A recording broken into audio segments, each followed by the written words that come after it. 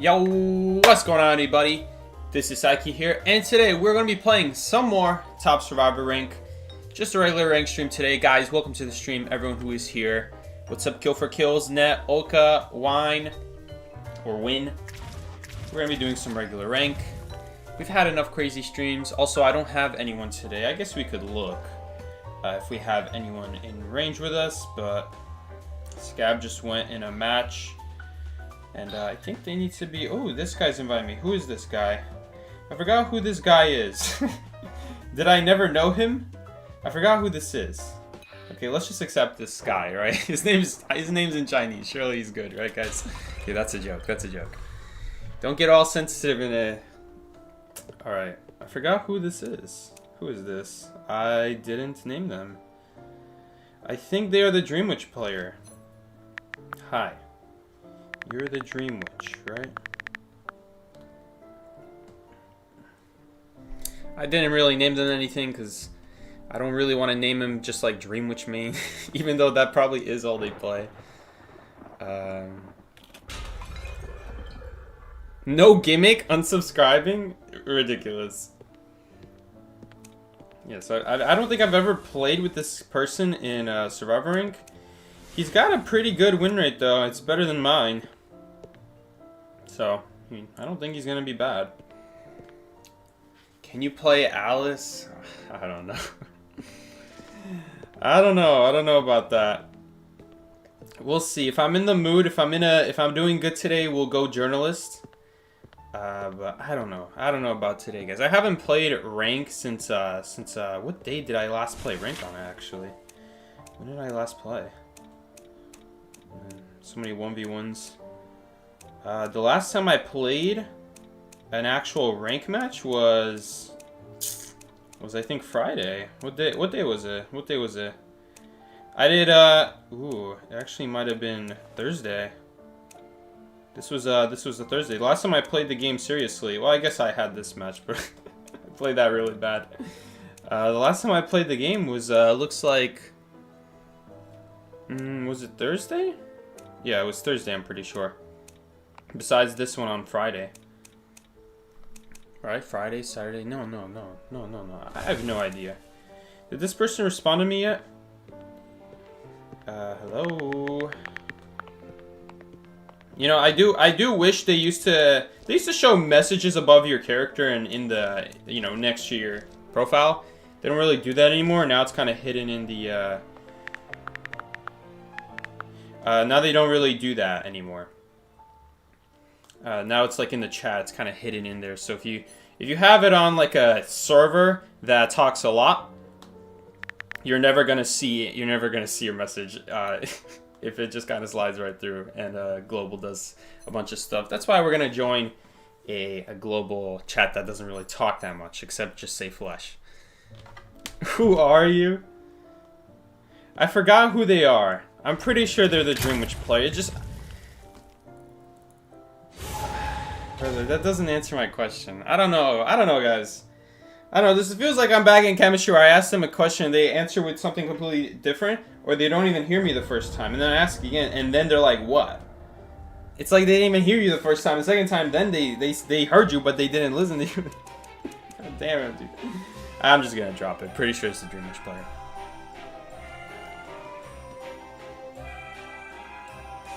My professor got jury duty, so I'm free this evening. Didn't ask? I'm sorry, that's really mean. Usually they're playing Hunter, though. I thought usually they play Hunter. Oh, first week schedule. Thank you so much. That guy. I don't really know how to pronounce his name. I get this problem a lot with Identity 5. If someone doesn't have like a letter in their name, it's really hard to remember them after a few weeks have passed. Alright, let's just play Acrobat. Something simple. Alright, something simple to get back in it. Seer would be good if people communicated. Seer would be good with Lanterness, though. But Seer also needs communication as the issue. Psyche is in his bullier. I'm sorry, I couldn't help myself. Listen. I wouldn't ever say that in reality or to someone's face. But guys, I ask a question, okay? He doesn't hear, okay? He doesn't read, okay? I ask the same question. He answers a completely different thing. At that point, I gotta say it, dude. I have to make a point. Hi, Psyche. Good luck in your ranks. Thank you so much, Joseph. I appreciate it, man. Trash Bag Rippers here. I can't sleep because my back hurts like crazy. I do hope that gets better, man. The stream makes it more bearable, though. That's good. Good luck with your matches, Psyche. Thank you so much, Ripper. I hope your back gets better, man. Maybe you just gotta sleep, lay down a little bit, and it'll probably get better in the morning if you're not too old, right? You're not old, right? You're not 50 years old playing IDV, right? Oh, it's Chungus? Is this Chungus? Who is it? Oh, what is that over there? Oh, okay, that's nothing. That's a shadow. That's a shadow. Well, not the Hunter shadow, but you know what I mean. Hunter changed target! Okay. I'm off my Cypher. I actually don't know who the Hunter is. I don't know if I was hallucinating an umbrella in my head. Or who the Hunter is right now. No one has pinged anything about who the Hunter is. It is a Wu Chang. It definitely is a Wu Chang. Okay. Wu Chang with fast pallet breaking. Who would have guessed? He's using his umbrella. Alright, cool, cool, cool. Maybe he'll go for me. Nope, he has no interest. Ooh, that's a hit. I mean, if he doesn't have Blink, this is not going to be that bad for him. Composer's in a really strong area. The only issue is right now that it's a world's easiest Blink right now. Okay, he just broke Birdcage, but maybe he just broke Birdcage because his Composer has a huge lead. Could be that. Maybe he'll still Blink right here. We'll see. 57. And we have... I don't know if anyone's working on Shaq necessarily. Who's the Composer? Composer is my teammate. Right. Lanterness is not pinging, unfortunately. Okay, there we go. So I had a feeling that was their Cypher because it was already lit up without me being there. So if someone pings their Cypher, even if you've never been on that Cypher, it will light up on the mini-map and show you that someone has pinged their Cypher there. So same with Mercenary right here. Even though I've never been in this area of this game, I can see he pinged that Cypher because it's lit up. You know, it's good to get a confirmation if they're still on the Cypher and didn't just like ping 0% and then leave it, because that could happen. By the way, did he use Blink right there, guys? Did anyone hear Blink? Not being called 50. Okay, sorry about that, Ripper. That was a joke, don't worry, man. I know you're not 50. You're just nearing. You're not nearing, okay? Ripper's like somewhere in his 20s. I forgot where. Seki, have you formed a solid opinion on Lanternist? Not really. I haven't really been playing her lately. Last time I played her was in quick matches after the Lanternist stream. But since then, I haven't really been playing Lanternist. In general, I haven't played ranked this past evening. Yikes. Basement. I don't know if we necessarily go for this still. We need to try to get the Cyphers done. I mean, we have the last 3 Cyphers. If we get pop these 2 and then prime the last one, we're golden here. We don't have to really rush anything. This will force the Wu Chang to make a choice now, ideally. Hopefully they let me pop first here. Lanternist is speeding up her decode, which I don't like, because I'm the one that's closest to the Hunter right now. Okay, that's very strange how the umbrella thing stays, but he actually can't teleport anymore, so that's weird. We're gonna have to go all the way around. This is not good. Otherwise, we're gonna get hit on the drop down. Let's see. We'll have to go for it. What's gonna be the best ability here? Hard to say. Well, that's a miss. We'll hit him. Oh, we didn't hit him there. Oh man, now we're just gonna get Soul 7 though. We have no counter. No. We didn't hit him with the bomb anyway. No, unfortunately there's no counter to that. If we use the ball for the drop down... No way! Why did you go for it? Oh god. Why did he go for it? I'm out of here, man. Oh wait, no. He's giving tinnitus. Okay, I have to do the gate. We gotta force him to come to me here. Okay, he's not interested yet. Hold up, he might be interested now. He's holding umbrella. I hate that skin, dude. It makes it look like he's not holding his umbrella, but he is. He is holding his umbrella. Was that a bell right there? I can't tell. Oh, I'm getting blinked here. Maybe we should have actually vaulted that window just to get more distance, but if we do that, we're gonna get immediately bailed. Maybe we can dodge the bail, but at least we got the blink out now, so no one else should die here that easily. Especially because he's black form, so if he switches forms, he's gonna be white. His ability is not necessarily the best on a map like Hospital, or White Wu Chang, I should say, is not the best on Hospital. You know, you drop one pallet, you can't really go around it. You have to deal with the pallet. Hold up, this is not good. What's going on here? Okay, you actually spotted the Lanternist. We have one bomb. None of these are going to really do anything in this situation, besides give distance. The best one to use just for distance is the white one.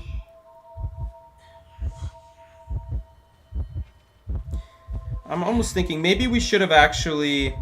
Oh, hold up. No, she's not rescuing. Maybe we should have actually... Because here's the thing. He did miss that swing on the staircase. He can hit us. He will hit us on the drop down.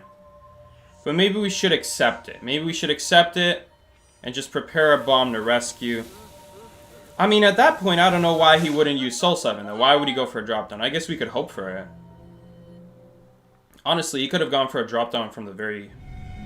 He could have gone for Soul 7 from the very beginning there. If anything, he kind of gave us the opportunity to try to go for the rescue there by going for a drop down a second time, if he were to do that, which... I don't know. If he's smart, he's probably not going to do that. But we can't go for the first hit. If we just try to run through basement, we need the Hunter to be behind us. If the Hunter hits us in front, and that's what triggers no recovery, and he's literally in front of us, there's no way we're making it. It takes time to charge the ball, and he's going to immediately hit us before that happens. If he's behind us, though, he'll need to go for a charge attack at that point. And the charge attack will just take too much time. We'll use the bomb first. It really sucks that the Composer right there went for the rescue that really he has no business going for. I think we're deep. We're throwing too much at the fan here and hoping it works at that point. So let's say he does make the rescue and we go rescue together. Someone's gonna get hit. Hopefully it's me. Okay, hopefully it's me. Because if Composer goes down, then we can't really pop because there's still Mercenary and then there's gonna be detention. Okay, so he's gonna pick up Composer most likely. Maybe we can avoid the balloon hit with the bombs, but there's no guarantee. And I have a feeling we're gonna be in the exact same situation, except I probably will take a balloon hit. Maybe Mercenary will as well, depending on what he does, depending on what the Hunter does, what the Mercenary does. And then we have Composer on the chair instead of Mercenary. I don't know if there was any way we could bring that back. I mean, like I said, I would have to take the hit for the Composer, but I don't know where the Composer is when I'm getting Soul 7. It's almost impossible at that point. So I'm just like, okay, I'm going to ditch and we'll take the tie at this point. Because there's no way you can beat a Soul Siphon. I think this is lazy, right? Pretty sure this is lazy.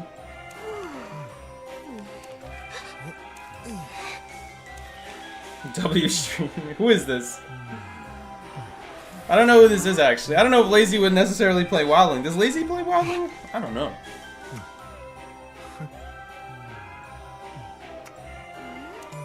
The decoding is great for a Lanternist, but her support is almost useless as Escapologist. Interesting take. That's an interesting take. Very specific. Very specific. Speed, I'm watching your stream right now. My name is not Speed. That's a different guy. It's like you make me younger than I am. Oh my god, never mind. I'm just gonna stop talking. No, you should stop talking, Trash Bag Ripper. Don't be saying that. No one has to know, man. No one has to know. We did end up losing that first match, sadly. Also, the Hunter spawned in front of us. Hopefully it's not a lizard. Usually it's gonna be a lizard. Who is this? He's a gamekeeper. The Hunter's gamekeeper. If they go for us, it's probably a lizard or Wu Chang or Geisha or something like that. They're not gonna chase necessarily a what's it called, an acrobat first stop, but honestly Gamekeeper could. Gamekeeper honestly might. Although these railings are an invisible wall for Gamekeeper, he can't hook over them. So if I can jump over them, but he can't hook over them. Can he? Can he? I don't think he can, right? Does anyone know?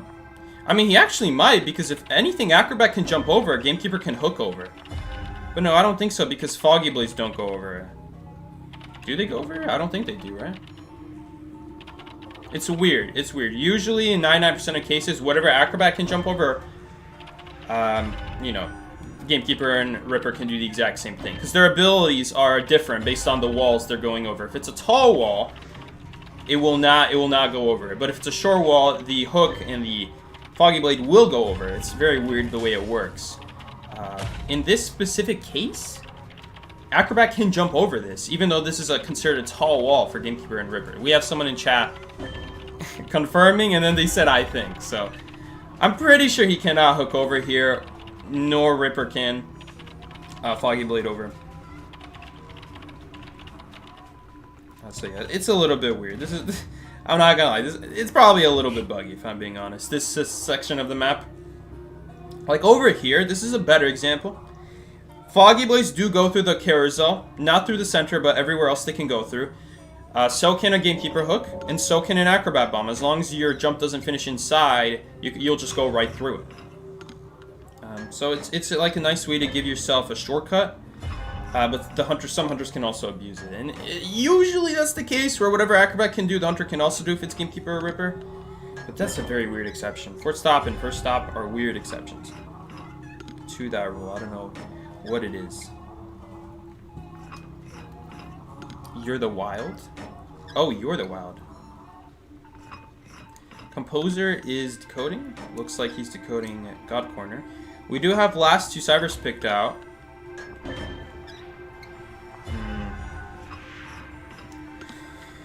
Ideally, I'd love to rescue here. Okay, nice. He wasted the hook on the cheerleader instead of saving it for the wildling. Now wildling is open for the next, well now 6 seconds, because the hook has a 12-second cooldown. By the time we say all that, the hook is already up now. Let's see, does he go for it? No, he's not going for it. Oh, what? What happened there? He must have stepped in a trap, I'm guessing. It would be nice if he took over my cipher. Yes, he is. If only he pinged it a little sooner, but it's whatever. It's hard to say if he's going for composers or if he's going for my cipher. But let's see here. Man, I don't like this at all. Gamekeeper can definitely stall this rescue out. I'll need to make him hit the chair. Okay, he's not. He did not hit the chair. I'm not going to touch the chair. If I touch this chair, we're losing. I'm not going to go for it. There we go. He fell for it eventually, and I will have to body block here. Even if I get hooked here, it'll at least take up the hook. Interesting that he's healing me first. I'm going to heal him first here. Because if I get hooked, it doesn't matter. The only way he's going to hit me is if he hooks me. And if I get hooked, I'm immediately getting basic. So there's no reason to heal me right now. Unless it's to trigger recovery. Which could be important. It could be important in this game. Because of the fact that the cipher's almost primed. So if I get hooked, then there's not going to be recovery. If I don't get healed. This is the only situation I would say it's okay healing. Every other situation, there's no reason to heal me. But if the cipher's primed, this will force recovery. And this is the goal. This is what we need. Okay, he just missed his hook. That's huge. I need to get out of here, though. Okay, don't mind me. Just passing by. He doesn't have his hook up right now. He's about to have his hook up. He's going to go for me, most likely. Nah. He's waiting for flywheel there. That's rough. But we do have wildling. We did force out the hook. He's going to get a beautiful push there. Is he still going for me? He's not interested. Okay, we were going to put a really good red bomb here. Especially because basement's not here, which it would have made it very easy to red bomb that section so that he can't even use his hook.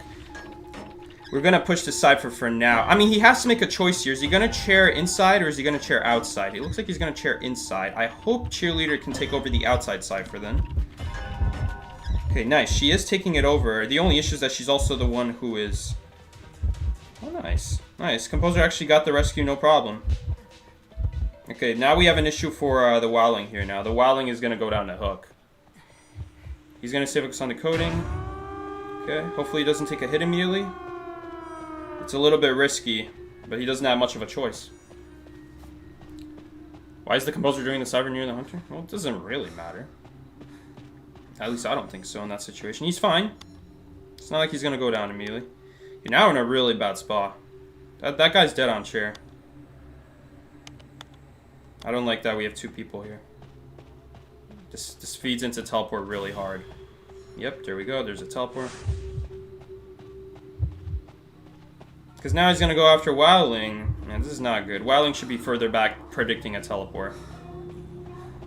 Especially because he just got off his pig. He has no cutting ability. Composer also went here? Oh no, that's GG. I don't know why in the world. Why in the world would he take the coaster early, man? Did I not? I guess I didn't ping the hunters near me. That's my bad then. But yeah, him taking that coaster. Why are we taking the coaster before even checking though? He took the coaster without even checking. That is infuriating. Second game sense mistake we're seeing from our composer friend here. Even though he has a really good win rate. The game sense has not been it. The game sense has not been it. He should have already been on that gate. I have nothing to say about that. Like, I don't know why he's taking the coaster this early without even checking if Thunder's even on him. Ugh. That's really unfortunate. You may as well use these balls. Try to get the gate a little bit sooner.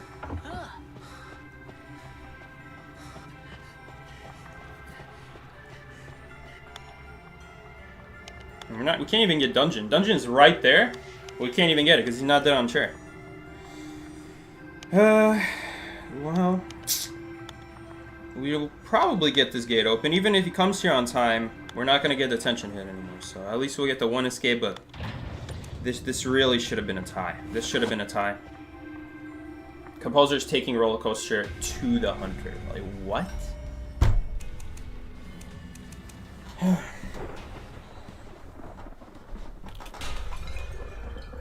So, okay, I have a question.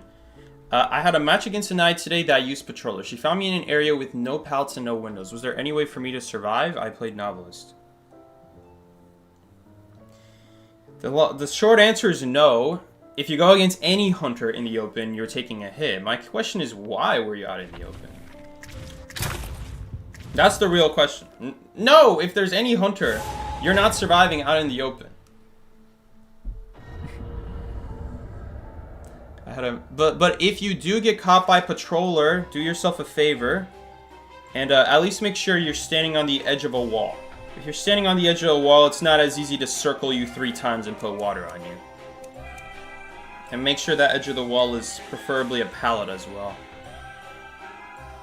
That way, she can't really circle you if you're by a pallet. She can only circle you then if you're standing still. Because otherwise you're just going to drop the pallet and cancel the patroller bite. And you can keep doing it over and over and over again. And pretty much there's no way that she'll be able to double hit you if you're constantly canceling the patroller bite. In some scenarios, you can use the book to speed yourself up to the next window or pallet so that she still can't water you off. Your randoms didn't ping that that she left them. I would still need more information to figure out why you're out in the open. Like, every cipher in this game has at least 1 pallet by it. John McCoy says, hi, Psyche. What's up, John? How you doing, man? Hope you're doing good. I mean, right? Perfumer could either choose up or bottom. I'm good with either. Whichever one she wants. I hate 2-story spawn on this map because not knowing who the hunters can really screw you there. What map did we just play on? What map did we just play on? Oh yeah, Gamekeeper. Yeah, absolutely. Gamekeeper on Moonlit. It's absolutely game losing. It's really one. You were to transition to a new cipher and the entomologist was kiting her, didn't say anything that she left her. Well, if she's right next to you, then there's no way she can ping that the hunter's going to be on you. You have to assume that the hunter can go for her or you. If she's not near you, then while a hunter change target helps in advance, you should still be able to reach a powder window as long as you were paying attention to your heartbeat. Like, if she was kiting far from you, your heartbeat should not be that strong. You'll notice it gets stronger and stronger. Some things you have to figure out on your own. Sometimes maybe a survivor doesn't know when the hunter's switching targets. Maybe the hunter's behind a wall. Again, like I said, I have to see the game to know specifically. Like, but in 99% of cases, when a hunter's switch target happens, unless it's like a Wuching Umbrella or like a Leech, 99% of cases you should be able to figure out the hunter is getting closer to you because of your heartbeat. I'm going to leave Composer to have double Hotel this game, because we don't want Tunnel being one of the last ciphers we're working on. Because what's going to happen is I'm going to do the second Hotel, and then the next cipher we're going to work on, which is going to be the fourth or fifth cipher, is going to be Tunnel. This is going to be a really good cipher for him, for the Waxers to teleport on or warp on. Later on this match, once he kills his first target. That's assuming his first target doesn't do a good kite. If she dies quick, he's going to have the opportunity to do that on the cipher, so we're going to try to do that. It really depends, Ripper. It really depends. You should have paid more attention. Like I said, it really depends. It really depends. In some cases, it really depends. There are some ciphers in this game where, you know, there is a good powder area next to you, but sometimes a person's kiting there. Let's say the hunter switches target and goes on the cipher. Great example is Front Gate on Arms Factory, right? Front Gate on Arms Factory, you have that really good powder area next to you with multiple windows to use, but let's say someone's kiting there. And the hunter sees the cipher is shaking near the area on the crate, so then they're going to switch to you. The issue is the hunter came from the good powder area you were planning to use, and now you screwed yourself. In a situation like that, even if the survivor ping hunter change target, you're still screwed. Because you have nowhere to go. So, sometimes stuff like that, you have to almost preemptively get off the cipher. Is he going to rescue here? Alright, I'm out of here.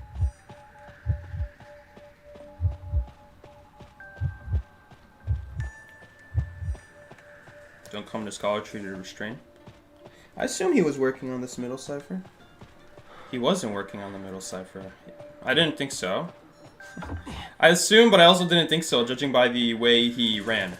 Yeah, this is more like this is his actual cipher. So he stayed out of middle just to be safe. Fair enough. It really depends. It really depends, Trashbag Ripper. It might have been her fault. It might have not been her fault. Right? It might have been no one's fault, right? If you're just decoding a cipher that your team has to decode, well, you could be more careful all day, every day, but then you're not working on the cipher machine. But if you're working on the cipher machine, then you can go for you don't really have a good area. I will say the one thing you could do is book the hunter while they're using the patroller, and that will cancel the patroller animation. So if she's near you and she uses the patroller, that's something to keep in mind. Nice, we're actually taking the distraction. He fully is committing on me. This is perfect. Oh yes, value, and we have a pallet boost here. Good thing I dropped that powder earlier. Explorer is the best survivor. Thank you so much, Creamy Michi. Thank you so much. Hold up, we gotta focus up and we gotta body block for this perfumer. Okay, she's not gonna go to hotel yet. Come here, boy, come here. Composer's also doing a good job. Composer will stall while we try to get there. Alright, we're also here now. I'll even drop this pallet right now. He already used his 1,000 presents. But I don't want to drop both pallets, because then 1,000 presents is a easy way to block both pallets where you can't vault them anymore. I'm gonna keep at least one up. Alright. Looks like we're gonna have to rescue here. Hopefully no crazy pop. Okay, good. No crazy pop. Which is perfect, because now he doesn't have hot wax. Hold up. Let's wait for the hot wax to go on cooldown first. Let's not rescue yet. Oh, shoot. We might have no choice. No. We do have a choice. It's at greenhouse. It's not at the red house cipher. Hot wax should run out just about now. There we go. I think he ended it manually. Hard to say. And yeah, now he has no hot wax. There's no way for him to take down this composer with no recovery here. Although I will admit here that he could just wait for his next hot wax. There's also not a lot he can do then. He doesn't have it. He doesn't have hot wax. Okay. Interesting. He used the wax a little bit early there. I was thinking, he's waxing a little bit too early. He doesn't have hot wax yet. He can't double hit. Okay. Realistically, Patient should be doing the game, but now that the perfumer's almost done, at this point a teleport's gonna happen if he's planning on it. Now it's too late. Now it's too late. I don't even think against Gravekeeper it'll do anything. Gravekeeper should have a shovel. This should be very easy to escape for him. He needed to do it when the gate was 60. Once the gate was 60, I'm like, okay, I'm not going to approach the gate anymore, because the only way this Waxers could tie this game is if me and Perfumer are both on the gate at the same time, right? Then what could happen is he could instantly kill Perfumer and he might go after me. I don't think he's going to kill me because I have hooks. So there really should be no way we're gonna die next to her. So I guess we wouldn't die immediately, but it's just good practice to not dump, not sit by the gate, and then you're forced to use a hook because of it. Like, it's just not good practice to sit by the gate between the percentages of 30 and 80. When the gate is between 0 and 80, honestly, you should not be standing by the gate. You should stand a reasonable distance away. Depending on the hunter you're up against, you might have to stand further away, like Gamekeeper. But Waxers, that distance is fine. Also, we have Hotel to rely on and hop in so that his Wax doesn't do anything. Really, you just never want to be on top of the gate unless it's almost done. It's just bad practice to do that. And I see so many people do that. That's not a good habit to do. Because if the let's say like in that situation right there, the composer is not going down. The Wax Artist is not able to immediately kill the composer when the cipher pops. If it's a hunter who knows very well how long it takes to do the gate, he's going to give up chase on composer about 10 to 15 seconds into the chase after the cipher pops. If he doesn't kill his target in 10 to 15 seconds at that point, he's going to teleport to the gate. And at least try to hope that the survivors mess up at that point. Maybe there's like multiple survivors next to each other. And that's how we lose a lot of games. Because we have people who are A, not prepared for what the hunter's planning to do. They know they're going to be screwed if they keep chasing that composer. Or else everyone escapes. That's what happened that game. That Wax Artist didn't know. That Wax Artist went greedy. He tried to knock down the composer. Then he wanted to go for gate. It's too late. At that point, he needed to know, okay, someone is surely already on the gate. I have about 10 to 15 seconds. If I don't kill my target by then, I need to go and teleport and hope for like a YOLO. And just YOLO it and hope that maybe we can kill 2 people. So, by all means, even though the Perfumer's gate was 60, and I could go help her, because it is better for me to do the gate than for her to do the gate. At that point, by the time I reach it, she'll A, open up the door, or B, get teleported on. So there's no reason to walk up to her and try to take her gate at that point. If it was sooner, if I was there when the gate was 10%, yes, she should give me the gate. I can immediately deal with a Wax Artist teleport and there's nothing he can do about it. And then Perfumer will be, I'm assuming, the distance away, like the far distance away. So, who are you ranking with? No one. Oh wait, I am ranking with someone. This is a Dream Witch Hunter player. I 1v1 with them sometimes. Recently I haven't, but okay, who is that? I didn't get to see who that is. Is that a peddler? That might have been a peddler. It's some skinny figure that's a little bit crooked. Could have been an Ann as well, though. Is it a Hellenberg? I don't know. Ann would be a... That would not be Ann, though. Ann's a taller than that. It might be Hellenberg. I don't know. We'll see. I'll take their word for it. No reason they would lie, right? I mean, Hellenberg's a little suspicious, though. Usually Hellenberg's the joke thing. So, yeah. It is Hellenberg. What is that weapon? Which skin has that weapon? Oh, it's the pirate skin. Someone is using the pirate skin Hellenberg from... How did he get hit by that guy? Oh, no. Oh, no, it's... Oh, my God, it's whistling. Teleport Hellenberg, it's whistling. This is not a good strategy. He brought teleport on a hospital. The best hiding map for survivors? You're joking. Okay, by the way, that was not the pirate skin. This is the actual guy. He's running fast power breaking. This is whistling. This is whistling 100%. No, guys, that was... I was thinking the scythe, the weapon, or whatever it's called, looks a little bit too clean. It looks a little bit too perfect. The pirate skin is a little bit like has barnacles on the weapon, so it's not such a sharp looking weapon.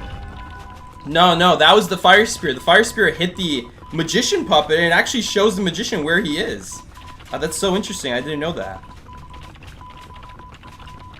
I wonder if it would work the same with the puppet. I am gonna go for this rescue. The basement's a hospital. I mean, we could still go for it. It was a good Kai.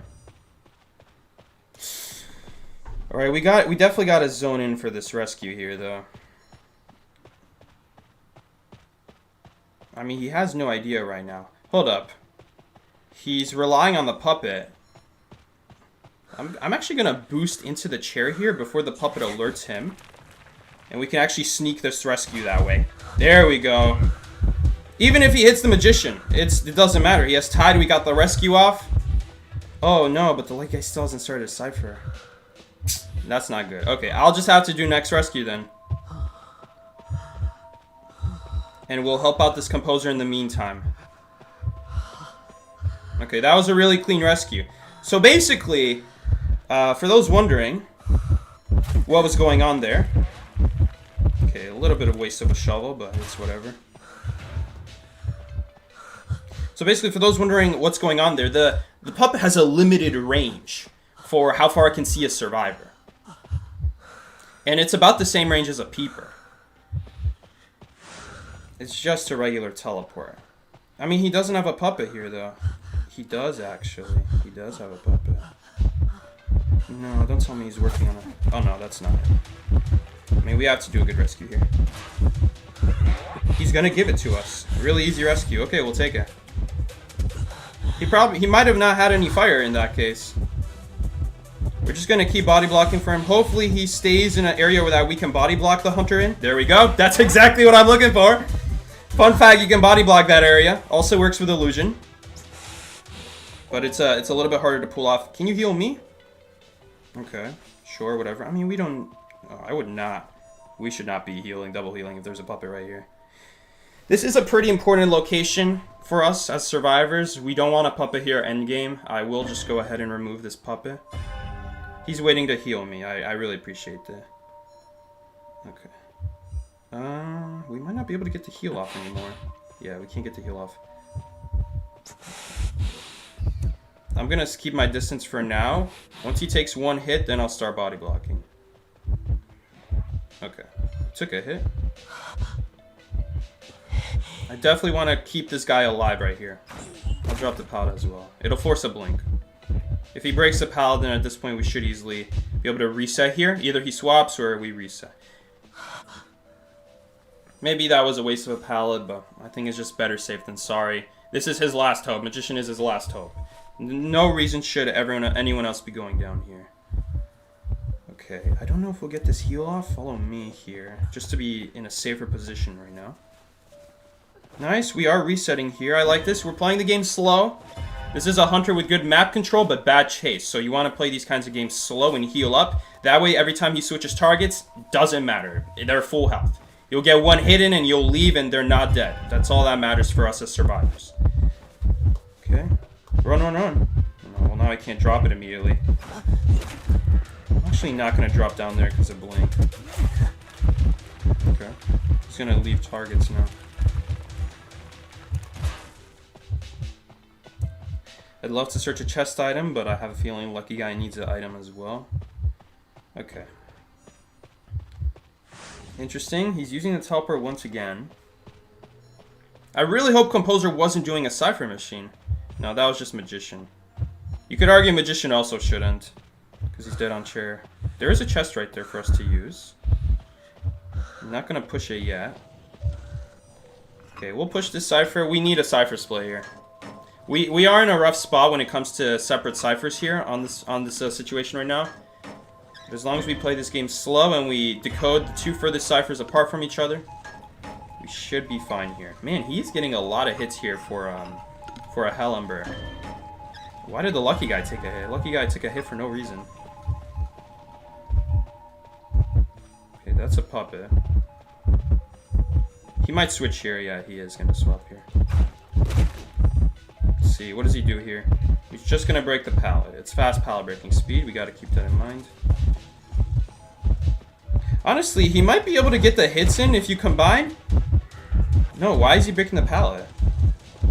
He's not even trying to build up hunt? Okay, he's just not interested in chasing. Okay.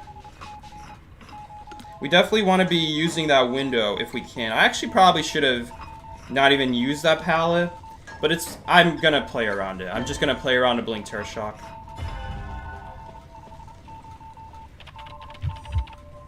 We also need to watch for flying puppets this game.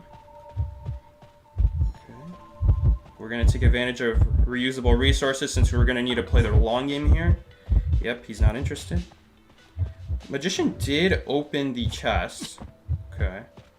Well, let's not actually trigger it yet. We have teammates healing. Let's play this slow. Okay, we can't play slow because he's on someone who's at half health. Hopefully that triggers the puppet. Please use the puppet. Okay, we're just gonna have to break it. He didn't end up using it, thankfully. He might use that puppet over there, though. Oh, he's definitely gonna swap as soon as I get off. This magician... Does this magician not see that the Hellumber's coming? Okay. He's just gonna grab the puppet. That's fine. Okay. So what that does, the reason he grabbed that puppet and threw it back down in the same spot is because that's gonna reset the destruction progress on the puppet. So that's why he did that. Okay, this is a great time to destroy the puppet. He's stuck in recovery. He's not gonna be able to teleport. Nice. So now he has to come back here if he wants to save this puppet. So it's gonna relieve pressure off our magician. But now magician is getting targeted though. Who's the guy who's dead on chair? Okay. We unfortunately can't even break that puppet. He still ended up swapping with it though. I don't think that was a good play. That was a little bit late. I do want to destroy this puppet. Maybe he teleported on me. I actually can't know. But if he teleported on me, I don't think that would be a very good teleport. Composer also pinged hunters on me. I assume he means the hunter and not a puppet. I hope so. I'm gonna try to keep an eye out, but when you have a heartbeat like that from the puppet, it's really hard to see if someone's about to sneak up on you when you're next to tall walls there, at least. Alright, slowly but surely we are getting this cipher done. Constantly putting pressure on him. Magician will take it over. And unfortunately, we don't actually have a rescue ability here, so he could cut us off from far. We do have Composer as a backup if needed. Okay, he swung at the pallet. That's telling me that there's probably a pallet right there, if he swung right there. Okay, I'll go to the gate. This game is still not over. He could still pre-place puppets at gates. I'm going to check the area for puppets at Shack real quick. There is a pallet here at Shack, okay. Make sure there's no sneaky puppets. I saw a puppet right there at the dungeon, or where it could be a dungeon. He's throwing a puppet right now. It is in the direction of Shack. Hard to say. Honestly, could have been towards Composer as well. Claustrophobia is definitely going to slow this game down, but we got a bot on the other gate, so if he goes to that gate, he's just going to find a puppet. Puppet on puppet action. I don't like that we have all three of us right here. I wish they would stay further back because the teleport is imminent. Yeah, that was not good. That was not good that they were that close. I mean, it's fine. They'll be able to reach the pallet, but it's going to cost an ability. Now, I mean, you guys see what I'm saying? This is exactly my point. I'm not going to approach that puppet right now, because if I approach that puppet, he's going to immediately teleport. He would see me approaching the puppet. We're just going to have to die here. I would approach that puppet if there were pallets, because then if he swaps positions, then we're still safe. But in that situation, he's going to see me approach the puppet. He's going to swap. I'm going to immediately die. So the plan was to go to the bad corner and then try to destroy it. So that way, if he swaps, we can still stall a little bit with the window. Happens to be, he decided to swap sooner than that. So at that point, just stalling time, help our teammates get the gates open, play the long game, long story short.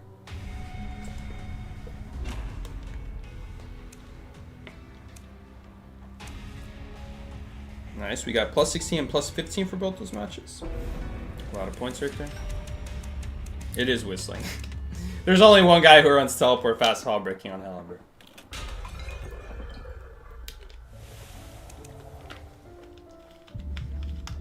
Yeah, that's a strat that could work on Moonlit. Just because the powder areas are a lot easier to walk around. And hunt is a lot better there. And then you don't need to run faster power breaking either, so that opens up your persona a bit more. I mean, in general, he shouldn't really run faster power breaking. The Fire Spirit should do most of the work. He might have faster power breaking to run confined space, though. Because otherwise, Humber is going to get looped on those windows as well. We love a Hellumber that doesn't camp. He wasn't camping very effectively. He had a plan there. He had a plan, and his plan was to teleport on me on that first chair, teleport, and then put a Fire Spirit. But we snuck the rescue using our very fast movement speed of the shovel So he wasn't even able to do anything before we got the rescue off. Seki, what's your opinions on the devs planning on buffing broken windows? Really? Okay. That is interesting. I don't know about that. I feel like broken windows should get nerfed. But I will admit, ever since they moved pallet boost to be with broken windows so that now rescuers can't use pallet boost with the tide turner, it's really cut down the versatility of broken windows. Because it used to be runnable on tide turner builds as well. Not the windows, but the pallet boost was runnable. That's why you'd see stuff like Perfumer with tide turner and Coordinator with tide turner was a lot more viable back then. Not just because she had 30% chair resistance, but also because she had that built-in. She was able to have pallet boost. All rescuers were able to have pallet boost back then with tide turner and borrow time. Nowadays you can't do that. Nice, Darkwoods, cool. I do like Darkwoods. What's up, Tato? Seki, why do you use push shovel since you can maximize your shovel by exiting normally? Oh, well, you still lose... No. I see what you're saying. You still lose 30% of your shovel when you exit normally. You lose it no matter what, even if you exit normally. Unless that was a change, but you still lose 33% of your shovel. It's like 33, 34% of your shovel every time you exit.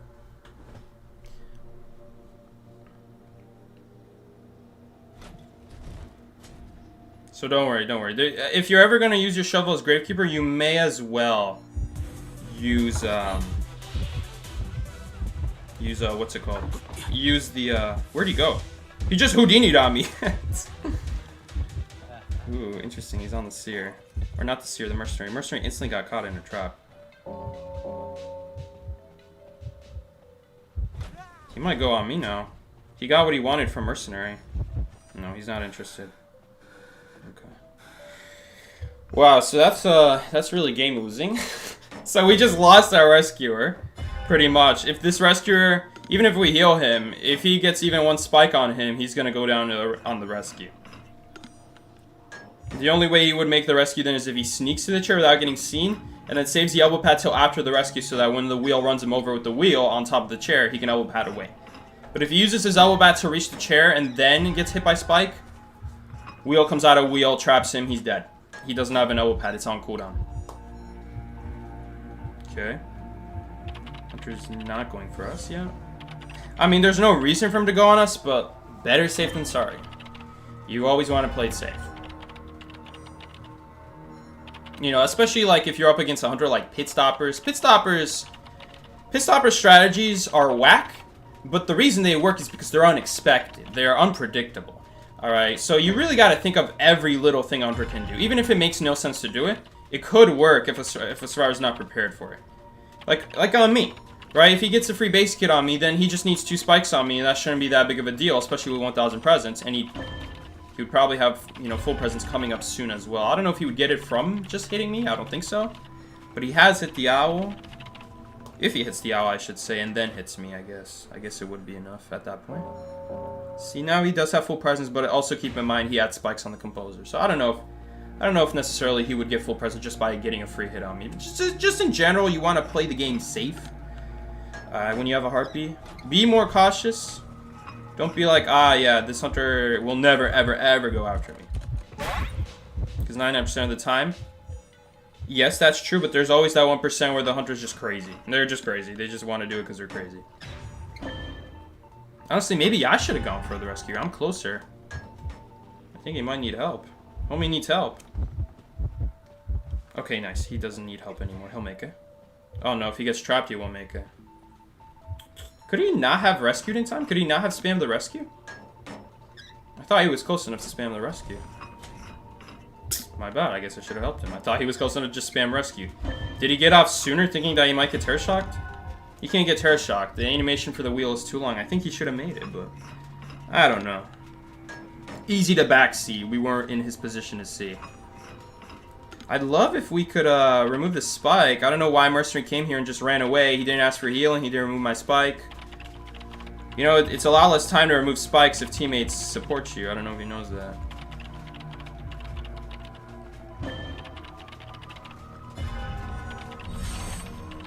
guess he's gonna do a Cypher, and I'll do the last rescue then. Thankfully, we're actually gonna have time to remove our spike here, because somehow he's not able to kill the Seer. I actually don't know who he's going after. Was he going after Composer? Why would he go out? Why would he go out of wheel at the worst time? He went out of wheel when the Composer's dropping down. Interesting. So if he has full presence, it's not gonna do anything. I didn't see any full presence, but if he did, it wouldn't end up doing anything. Oh right, he's dead on sure. Okay. Well, anyway, it's good. It's good that we're here to do another Cypher Machine immediately. It's fine. I forgot they rescued after half. It doesn't really matter. There's a Cypher here anyway. Right now, we need to split our Cyphers. Similar game as that Hellenber. Mobile Hunters, you want to try to get a Cypher split going. Make it so that, you know, it's very difficult for them to go back and forth between Cyphers if they're across the map. You know, they'll go fast, but it's still not enough. I have to be careful here because we do have basement. Can't really afford to be risky here either. This should be far enough away from basement. Yeah, should have stayed further from the wall. Okay, we're gonna drop this. He might have blink here. Interesting trap. He's just gonna leave targets here. Okay, we're gonna immediately get back on the Cypher. Just gonna swap targets here. He might actually come back on me, seeing that they're healing. He doesn't have full presence though, so he's not gonna be able to immediately just come out of wheel, spike us, and then spike us again. It's not gonna be a thing. I mean, now he could. He could at this point. So now we're gonna back off again. Again, same idea. We're gonna play this game slow. Maybe we can dodge the 1000 presence here. Nice, lucky. Can we dodge the next one? Nice. Nice. Uh-huh. Uh-huh. Okay, that's rough. He's just waiting right now. The Seer, I should say. Honestly, I could have used my illusion there to save the owl, but don't want to go up there because I'm gonna give him no recovery. So we're gonna change change route last second, I should say. Hunter is gonna change target. Shame that I just pinged Hunter's near me. Hunter change target. Don't want to give him no recovery on the drop down because this is technically a drop down right here. So honestly, we could have used our illusion to save ourselves there. The movement speed would have been outside of the full presence, but I have a feeling the Seer is gonna send his owl anyway. So I'm just gonna play it safe because I don't think the Seer, unless the Seer is just cracked. Unless he knows the exact range of every Hunter ability in this game, including Wheel. Maybe even specifically Wheel. I guess he doesn't have to know every Hunter. Just Wheel, full presence. If I use my illusion there, I would be out of range, but I don't know if he knows that. You'd have to play Wheel, and then you'd have to play Magician to know how fast he goes after he uses an illusion, and would he even make it. Does he have multiple owls? He's just spectating the Mercenary. Maybe he's just watching. Okay, let's get out of here. He might have dungeon. He's heading towards river. That's a really nasty warp, though. No, that's it.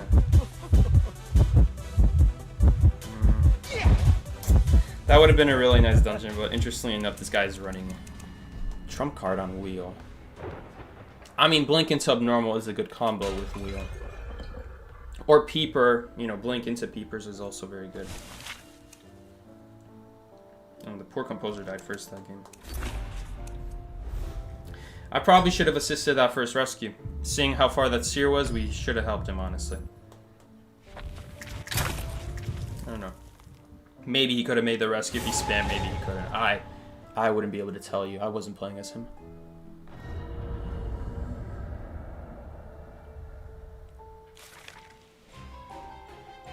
Saki used to play Explorer? No, I never played Explorer.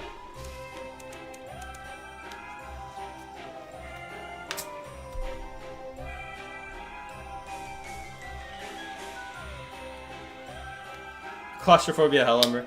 It's not bad. It's not bad. There's gonna be a lot of games where you have 4 people alive and you're hoping on a good end game. It's kind of like Dream Witch. I totally get Claustrophobia on Hellenber. Especially, like I said, anything with good mobility. You know, if you're able to go from one gate to the other very quickly, being able to slow those gates down is very good. So, Dream Witch is a great example of that, but Hellumber is like a more limited version of Dream Witch. Because once you swap with the puppets, you can't swap back like Dream Witch can.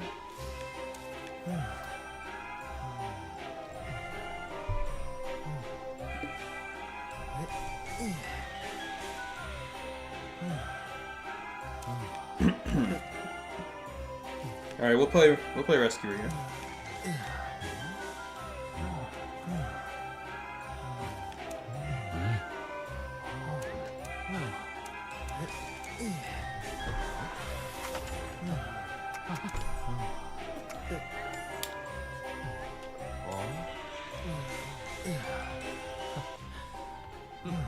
You missed 369, yeah.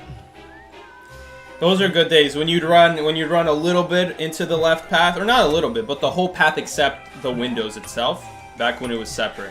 Also, for those wondering, what did the Pal Boost replace back then? Muscle memory. Muscle memory was what they replaced the Pal Boost with when they moved it over into the final talent with broken windows. So now they're like the same trait. Now they're put into one. But they used to be separate, the Pal Boost and the Window Boost. That's why you're able to run Tide Turner, Borrow Time, and Pallet Boost, because Pallet Boost was back then not a final trait, so you're able to run it. But it's really interesting. Darkwoods, how do I like that map? It reminds me a lot of Arms Factory. I like the tall walls. I feel like there's a healthy amount of windows there. Not a lot, but a healthy amount. We'll stay out of the way for a little bit, and then we're going to take Tunnel. He's most likely not going to go for us here. But I'm not going to lie, this is a bad rotation on my end here.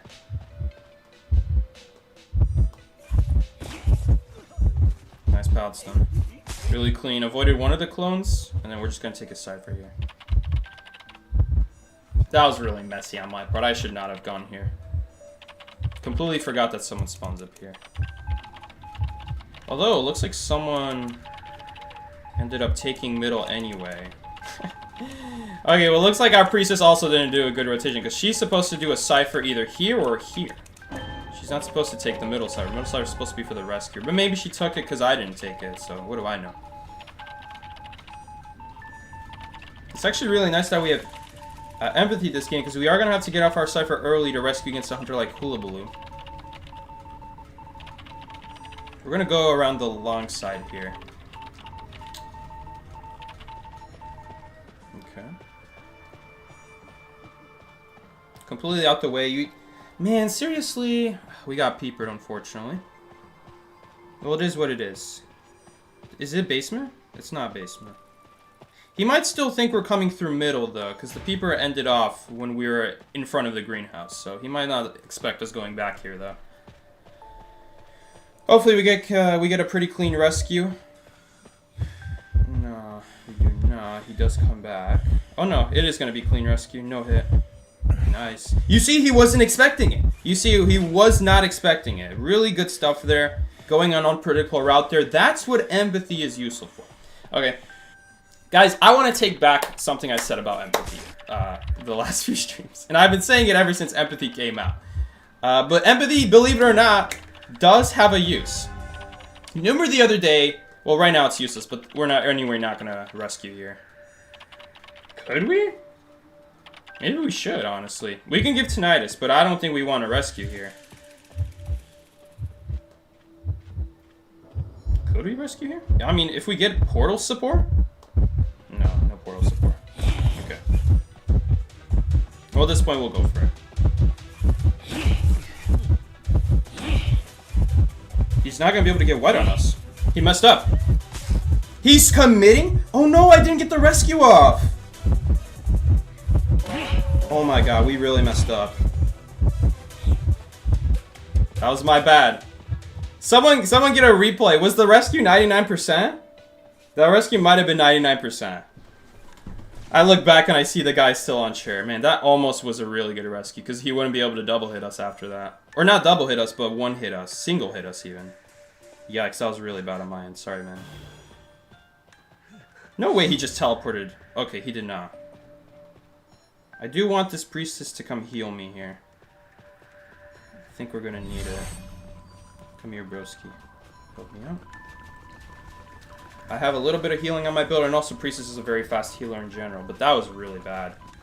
That was really bad. What could have been a really good rescue ended up being a really bad rescue. So yeah, I had a feeling he was approaching the portal, so I decided not to take it. This is still not great for us, though. He's going to be able to see where I am. Empathy's not going to be good here. It's still too far away.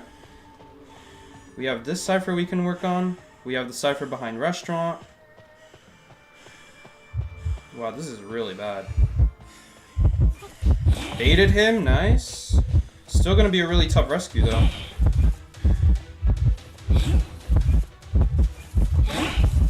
Hopefully we can get away.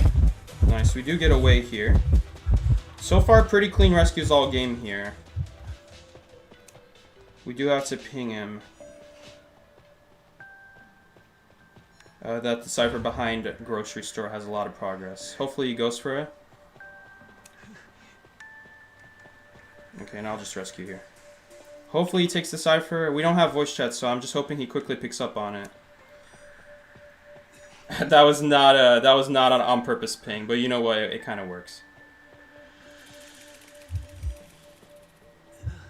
Please, please, please. He probably saw us right there, but it's not a big deal. Cyber's almost primed anyway. Teleport is awful here. That's a horrible teleport right there. That's a really bad teleport. I don't think he'll be able to kill this priestess right away. Is he? Is he going to be able to kill priestess immediately? I don't think so. What kind of teleport is that? On a priestess? Like, I don't understand if that was a lawyer. No shot he's going to be able to immediately kill her and go for our gay. Composer's staying back here, understandably so. He's dead on chair. Yeah, and he doesn't have detention. I don't really know about that play. He could have hit me, then he could have hit Composer, then we pop, but then we're still both half health, so he might be able to take advantage of us still, even without detention. I don't know why in the world he would decide to teleport on the cipher when he doesn't have detention. Maybe he just forgot he doesn't have detention. But even if the priestess takes a hit there, she's probably not gonna die immediately. I hope she wins. She has portals. She's even got like that one pallet nearby, although it's not that helpful if I'm being honest. But it just means she shouldn't immediately die. She gets the bar time boost. There were a lot of reasons there that teleport was just not a good play.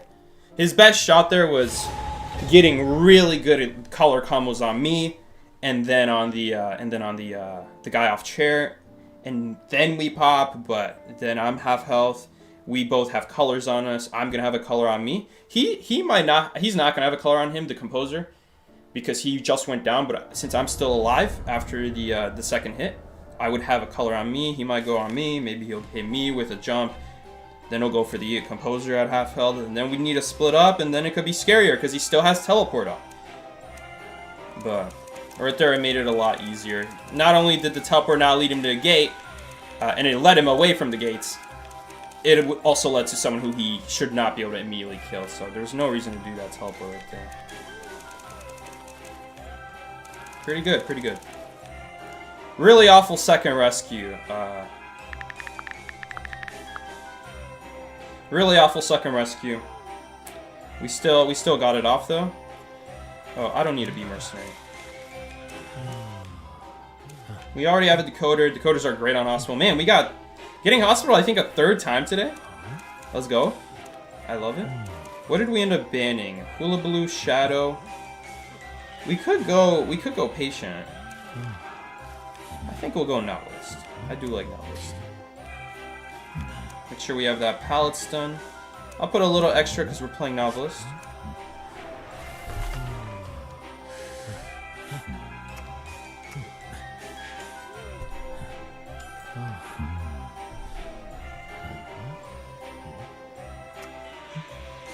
You know, I used to say rank schedules don't change. I see people talking about, I think Joseph here is asking about rank schedules changing. For me, it's still the same time, but I have had people tell me, because a long time ago, there used to be like this really big confusion with me, where people would tell me that every 6 months the rank times change. Like it's an hour later or an hour earlier, right? Because every 6 months we change the clocks. Right? But I never understood what people are talking about, because for me, it's never been like that. Every time the times change, it's still 7 o'clock for me. It's 7 o'clock in December. It's 7 o'clock in July for me. Rank is always 7 o'clock for me. It's never been not 7 o'clock and never ended not at 9 o'clock. So I never really understood that. But someone actually explained to me, hey Psyche, the reason people say that is because of the fact that some places the rank time does not change, but their clocks do, which is very weird. Don't! Man, seriously? Can't believe that. We basically just wasted our book there. Man, are we screwed now? Oh, that's a little bit late of a ping, my man. You need to ping that sooner. Hopefully he'll cat here. Oh, yo. I'm coming. Might have to flywheel here. No, we don't even need to. Nice, beautiful priestess support. Thank you, my man. That was great. Honestly, I shouldn't even be half health right here. This was entirely my bad. There's the excitement. Let's start running. He might go on priestess now. Okay. Man, should I have expected that with the cat? I guess I should have been more out of the way. I should have gone more out of the way. That was really bad by me, though. Really good by the priestess, though. I thought it was too late, but the Anne was hesitating on her cats a little bit, so gave us the distance we needed. I'm actually not going to heal up here.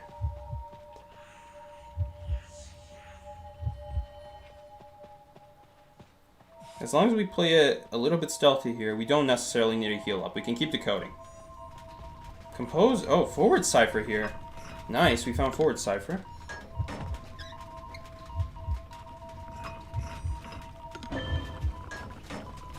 Okay. We're still in a pretty decent spot here, all things considered. Priestess is giving her a really hard time. Really good stuff from Agramon right here. This is what we love to see. I mean, Priestess on hospital. And if only we had known a little bit sooner about those portals, we could have went sooner, obviously. We could have went as soon as we took the first hit. But you know what? It worked out in the end, so no big deal.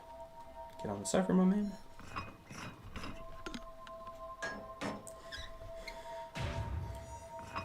I'm so far behind in chat. So why do you guys think... I see someone here suggesting that the reason they're buffing Broken Windows is because of the top tier hunters. That is true. That is absolutely true. Flywheel is better against Shadow. It's better against Goman. It's better against...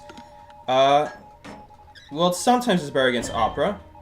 And it's okay against Hulu. It really depends. If you're the type of Hulu that gets baited easily, then yeah, I would say Flywheel is rough for you, but it really shouldn't be. Unless you're going against some really high tier stars who react really well, at the end of the day, you can always put them in red for... And just wait, 0.3 seconds. Hopefully he gets this, please. Okay, thank God. That was really close. Whew, almost missed that calibration. Honestly, she might trump card swap here. Like, knowing that one of these shaking ciphers is the novelist, she could just take the 50-50 here and hope she teleports on the novelist. And just chair me immediately.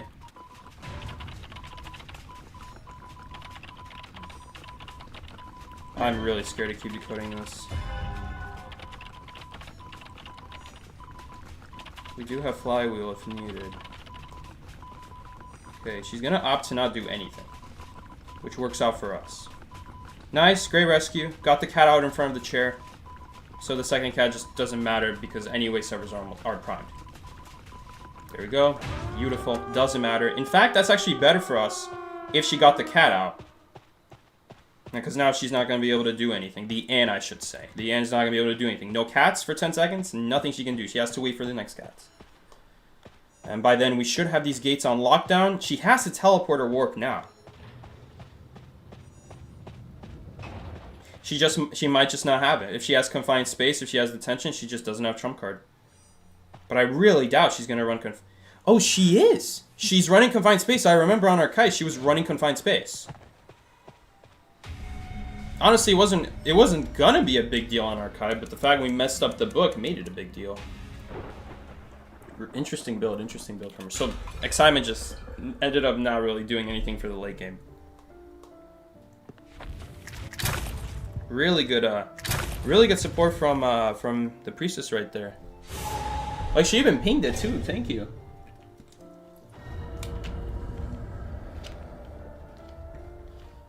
They should put Darkwoods in duos. They should put Golden Cave in duos. The map is too big for 1v4. Oh look, race playing.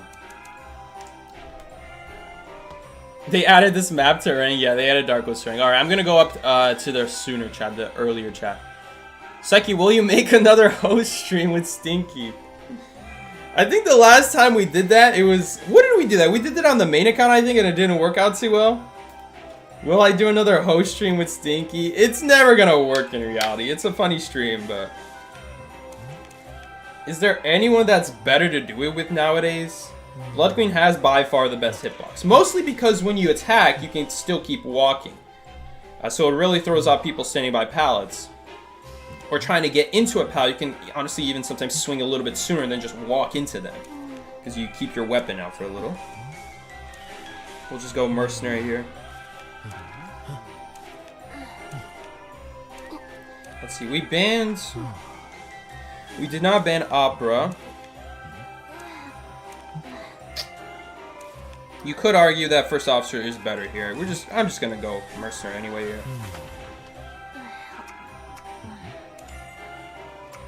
If anyone wants to take middle, I'll leave it open, but if not... Oh, yes, absolutely.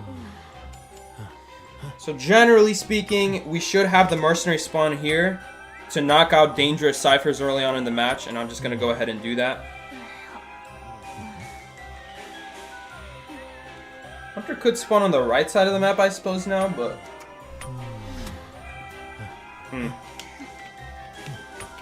Not a great spawn for them. They're pretty much forced to chase Composer now. If there's a bad corner cipher, I'll try to do it. If there's a bad corner. Usually Composer should most likely be kind of the God corner, but it really depends what Hunter he is, what area he gets caught in. Sometimes he'll just get a broken windows boost leading to bad corner, which could make doing bad corner a little bit risky. Oh no, there's a cipher in front of us, so that is easier to do, but I'm still going to check for bad corner because we might want to have this cipher open for our teammates. The Hunter is a sculptor. Okay. We have a cipher right there, so let's just go ahead and do this cipher. If a teammate needs a cipher, they can do that one. I'm not going to waste too much time. Now, I know right now it looks like there's no cipher over there, but that's because the antenna does not load in from this distance, so keep that in mind. That's one of the most annoying things about Leo's memory is that the antennas don't really function that well. I don't know what it is. Even if you turn off the snow, it seems to not matter. Sometimes they work, like right here. You can clearly see antenna from this distance, but that one over there, you got to get closer to it, which is really annoying. The only way you would see it is if the cipher gets highlighted at that point, which... Honestly, I don't think there's a cipher in bad corner anyway, because we have two ciphers at backgate already right next to each other. I'm pretty sure this layout does not have a bad corner cipher, but I don't completely remember. There's only a couple spawns with a bad corner spawn. But judging off the positioning of these cipher machines, most maps will not allow this many ciphers on this same side of the map. They're going to want to spread it out, especially a map like Leo's Memory, which is quite wide, quite big. I think it's the same size as Arms Factory, it's just Leo's Memory likes to put ciphers on the edges of the map, which does reduce cipher rush for survivors. It also makes it harder to walk to ciphers as a hunter though, so keep that in mind. Let's see, she's cutting right there at middle right now.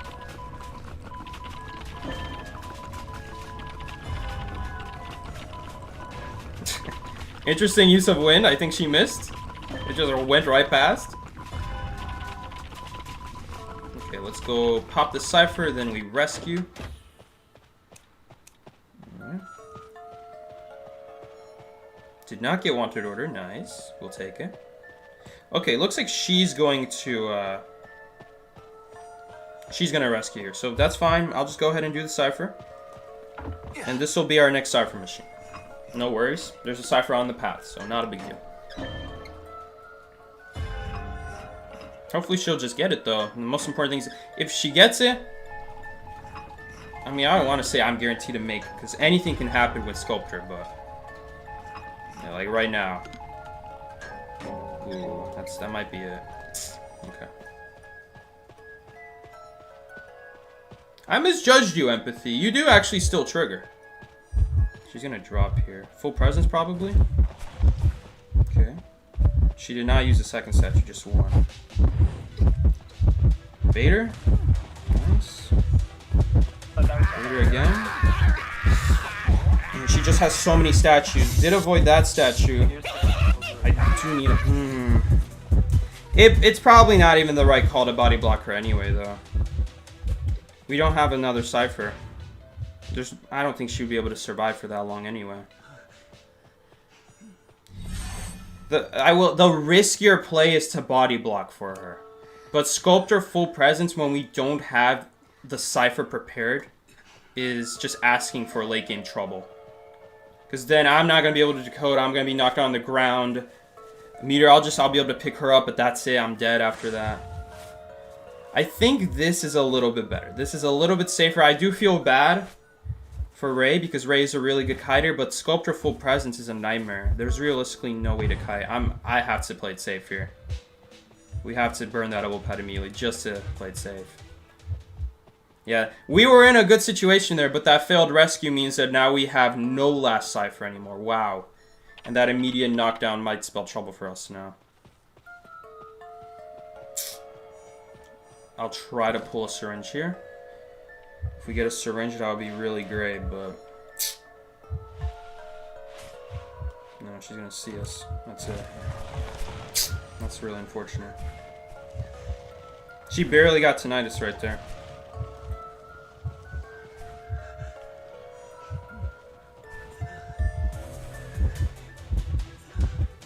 Vader? Nice. But we still can't survive a basic hit is the issue. And Cypher's not primed yet. Yeah, I needed a plate saver. I should not have opened that chest. Man, I didn't know that she can get tinnitus from that chair. She barely got tinnitus from that chair, unfortunately. So she just checked the nearby kiting area. I should have stayed further back, just so she doesn't have tinnitus. That way she doesn't know. Really unfortunate.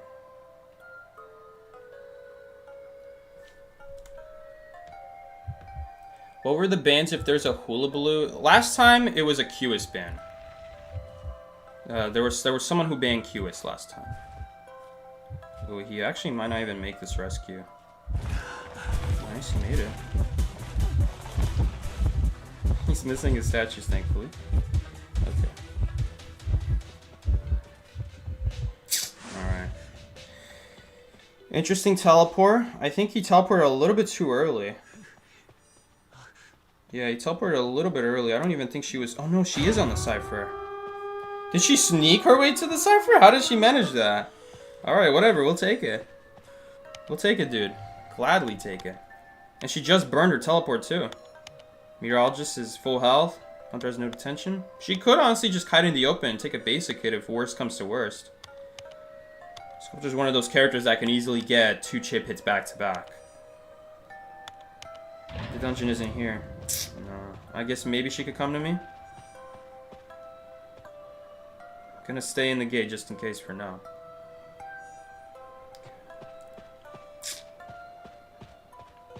Dungeon is not here. You know what? If dungeon's at Shack, I think that's our best bet, but it's just too far away. Hold up. We'll still go for it. We'll still go for it. She is making her way here.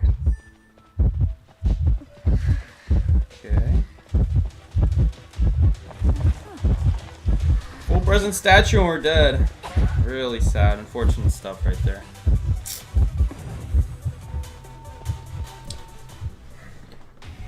At least we still got the tie. That was looking really bad. I got way too close to the chair there opening that chest. I mean, I say way too close, but it was like 30 meters away from the chair. A little bit unfortunate. But it's alright. Worked out in the end. Yeah. Interesting teleport there. Interesting teleport. We definitely got her in a really rough spot there, though. I mean, I don't think she had much of a choice. I can't believe she didn't find that meteor, though. That was crazy. She somehow didn't find that meteorologist.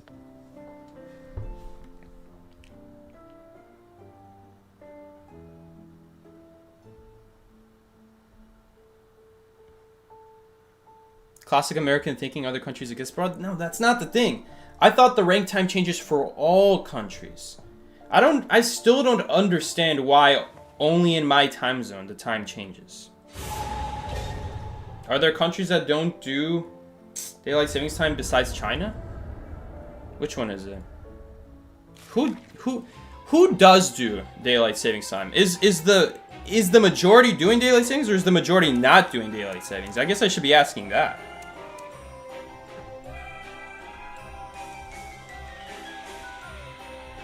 Oh, thank you so much for the donation, Creamichi. Did it not ring?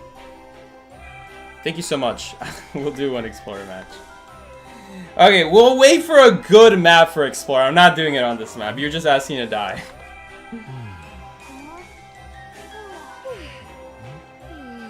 Yeah, that composer clutched it at the end there. That was looking like a loss. Good stuff from him. Who did we ban? Okay, same stuff.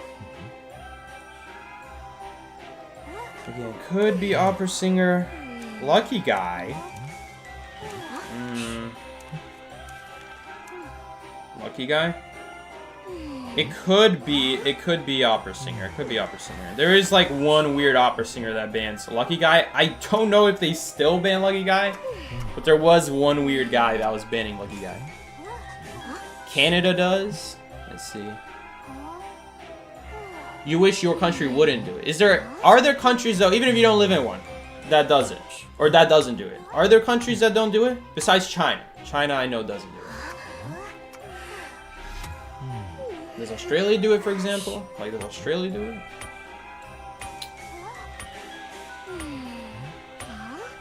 Yo, where's Luca when we need them? Luca, my Australian British guy, where are you at? We need you right now. Does Australia use time zones? Well, yes, they use time zones, but do they use daylight savings? No, you know what? China is the one that doesn't use daylight time zones. I forgot. The whole country is one time zone. Which is really interesting fact, by the way. It's really interesting, you know. Maybe they use daylight savings. I really doubt it. I don't think they do. If they're not using time zones, I don't think they would use daylight savings either. Really? Oh, we have cheerleader composer combo. Nice. So we reduce his tuning fork by 15 seconds every time. Did it not trigger there? I mean, the buff stays on you for 10 seconds, so you have a chance to use it before then. He pinged 49 seconds. It should have been 34, right? Or is this tuning fork 65? I thought it was 50. It should be 50. So it should. So when you have the cheerleader buff, it should go from 50 to 35. And obviously, if you wait 1 second, then it becomes 34. But he pinged 49, so I don't know what happened there. First officer. First officer is actually going to be really bad here if it's white form Wu-Chang on this rescue.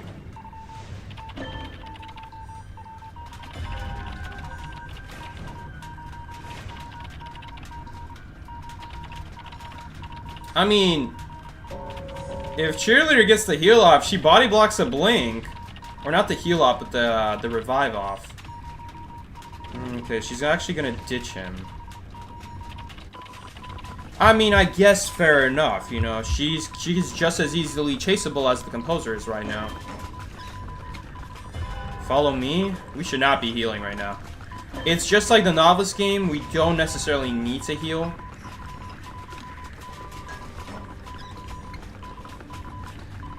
It should be pretty clear when the Wu-Chang is teleporting. We should have pings ready to say that. So that she shouldn't get immediately teleported on. We're already here to do the rescue. Nice. That's what I like. It's gonna be basement here. We don't actually have a good ability to rescue. I might just actually go now. Oh, he's using Soul Siphon. This is perfect. I'm gonna wait a little bit. We take those, we take those. It does burn the pallet, but this is probably gonna be a no-hit rescue now. There we go. This is exactly what we want. I mean, he could go for me if he wants, but I'm not even going to die here. I can still run out of basement after this. So this is really good. I can rescue again after this. That was a really clean rescue. Full presence. That's a little bit sad. But all things considered, that was a great rescue. No damage. Basement. We used one watch to trade instead of no hit rescue. I think that's great. That's really good. I think he'll be able to see us here. No point waiting. I'm pretty sure these obstacles do not load in from far. So we're just going to get on the move right away. Bot is dead. Rest in peace, Bot. Oh no, Bot is actually still kiting. Okay, we're going to stall chair. Actually, we're going to rescue. We're going to rescue. No, that was actually bad. I'm going to body block here. Nice. Hopefully that's enough. I don't know if that's going to be enough. Oh, he just pinged right now. No, I don't know where he was. Oh, someone else came for. Yo! Yo! Composer's possessed! He's possessed! He's possessed! Someone help him! Help him! Oh, she stunned him too? What got into you, Composer? Dude, I love that they keep bugs like this in the game. This is just too funny. No, he crouched down! So we got rid of the bug now. Oh no, no one's pinging. Oh, she's dead. We pinged too late. We pinged too late. I just used my ping.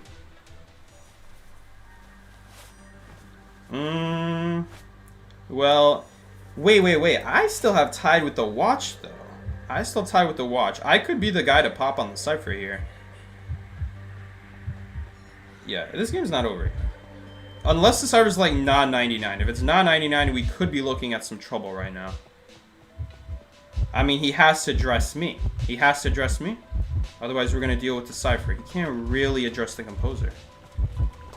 Cipher is not yet primed. He hit the chair. Okay, we have two people here helping us, so I don't need to use the watch anymore. Unfortunately, one of them is the composer, who is dead on chair. It would have been better if the cheerleader... Oh no, but cheerleader's also dead on chair. It was an after half rescue. I don't really understand why we did that rescue after half. That made no sense right there.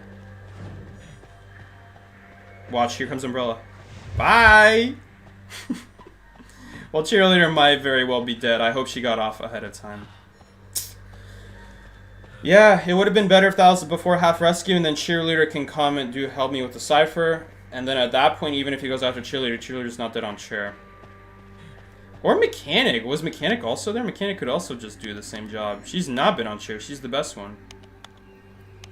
Me and her, we're the two best ones to be on the cipher machine there. So when he hits one of us... I mean, it also would have been nice if the cipher was more primed. Cipher pop was a little late. Cipher primed. I'm out. Interesting that the mech is still staying, even though she pinged Dungeness here. Oh, hold up. Never mind. She just went for gay. Alright. We take those. Nice. Good stuff. Oh, also I forgot about doing the counter. We have one loss and that's it apparently. 1, 2, 3, 4. 1, 2, 3, 4. We have 1, 2. 2 losses. Alright, we had a rough start and that's it. Honestly, it's been fine ever since. 1, 2, 3. 3, 3, 3. Let's go. Camera's a little bit low. Well, now it's too low. Sorry, now it's too high, I should say. Seki, have you seen the audience effect strat in pro gameplay? I have not. I was thinking about how technically what you can do is you can leave ciphers at 99 and then do another one. I was thinking about that, but I've never done it because you're not doing that in rank. You're not going to be able to do that in rank. If that's what they did, props to them. But I already thought of it. I already know what you're gonna suggest. If that's not what they're doing, then please tell me, because I'm really interested. But I'm guessing that's what they're doing. They're purposely not popping 2 ciphers. They'll pop maybe 1, but they won't pop the second one. They'll just leave it 99 so you can get value from audience effect. Or I guess the other strategy is... well, generally hunters are killing survivors faster than 5 ciphers pop nowadays, so it could be actually viable in more than one way. Could be. Is that what they're doing? That's exactly what they're doing. Okay, I had a feeling. If it was as simple as them just running that that thing just because people go down faster, I have a feeling you wouldn't be telling me about it. Although it's honestly not bad either. Maybe it's worth running. Hunter spawn on the left. That always scares me when a hunter spawns like to complete the plus sign, because usually this is like a smart hunter. These are the hunters who understand that when they spawn opposite of the 3 people, they have the choice of chasing 3 people, and also they simultaneously push them all to the edge of the map where the composers spawn. And so we, in worst case, we could have 4 people all next to each other if we rotate poorly. You know, because if everyone's scared of the hunter, then we end up having no one decoding. Okay, there we go. The other thing is that, though, with today's pings and how accurate they are and how accurate you can be, like, okay, hunter's moving here.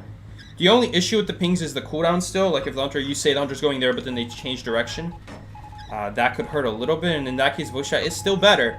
But it is a lot more friendly when you're not on voice chat with people, helping figure out where the hunter's going and who they're chasing.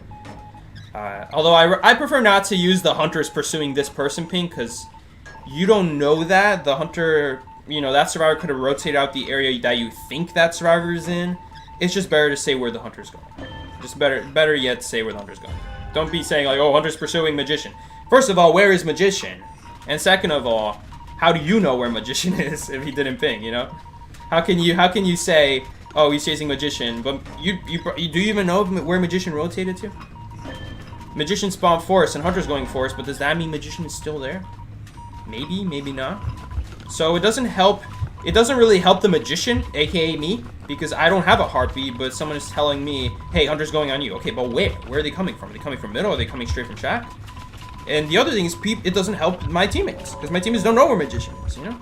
At least if you ping hunter's going in this direction, your teammates know where the person is. That's the most important thing, where the hunter is. That's the #1 priority, and then other people can start pinging, and the rest will be self-explained where everyone is. Or I guess you could ping the hunters on magician, and then magician could ping like, okay, I'm actually over here, and I'll like ping focus on decoding, or I'll use the IMAP ping, which I don't like using because you have to scroll down, and that takes more than half a second to ping. I'm serious. Every second matters. Man, how do I always find myself having random things to talk about that's not about the match? This is how we do bad kites later. This is why I be doing bad kites on stream, because I'm not focused on the match. What ciphers did we just pop? You see, that's why I should have been focusing. I'm guessing we popped factory.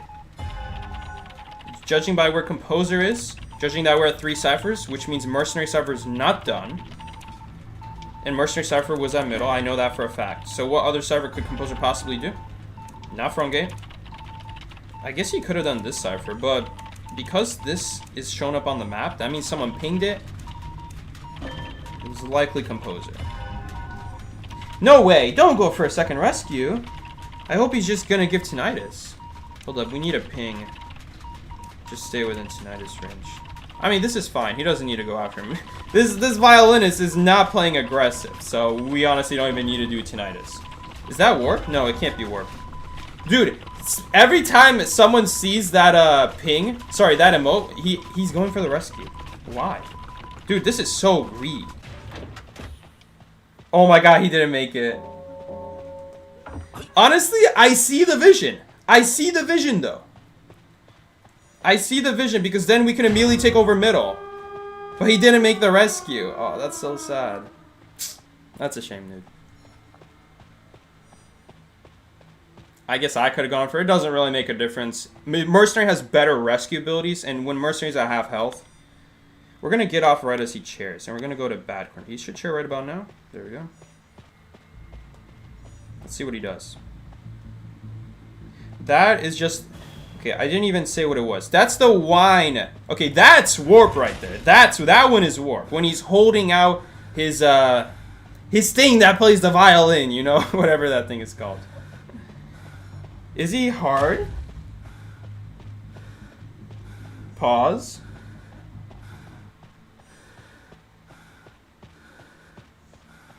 He sees me, that's for sure.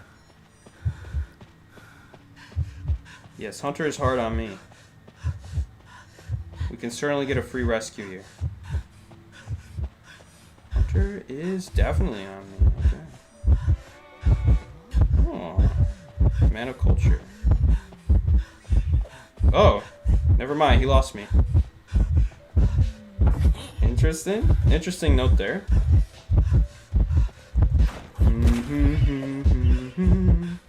Oh, this is the crazy note violinist, right? I know this guy.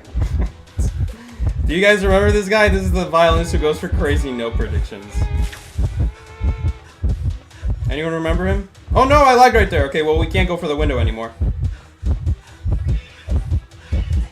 Dude, this guy's crazy. No, I reacted too slow. I can't tell if this guy is just really bad at placing notes or he's trying to predict me, but I don't know in what scenario I would ever dodge to the left right there. Alright, well, if I played a little bit better there, we could have maybe reached factory and gotten a dungeon. But we still need to get past that pallet. If he does a good job at zoning us, we really can't reach factory at that point, but you never know. You never know. Maybe he would let us.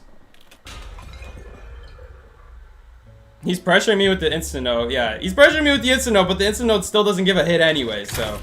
And I get away without taking a basic hit, so. Oh, well, not the second time. The second time I should have illusioned. 40 chess notes. I don't think that was a good note at all. I don't think that's a good note. If anything, it would have been nice if we got hit by the note. Just because it would give us a boost to the palette. But I should have used the illusion.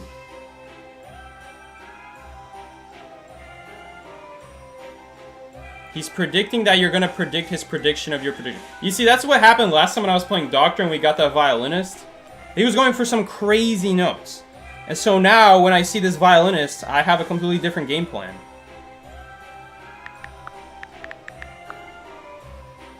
There's like this one specific violinist who uses the wine emote. Like where he sips a cup of wine. And I have had multiple people be like, he's using warp, he's using warp.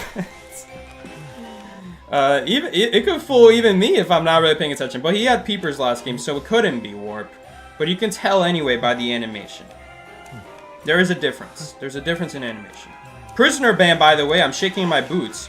Should I actually go Gravekeeper here, just in case it's a clown? Journalist even better. Let's go, Journalist Gaming. Journalist Gaming, let's go. Little Girl and Journalist on the same team. This is a crazy combo.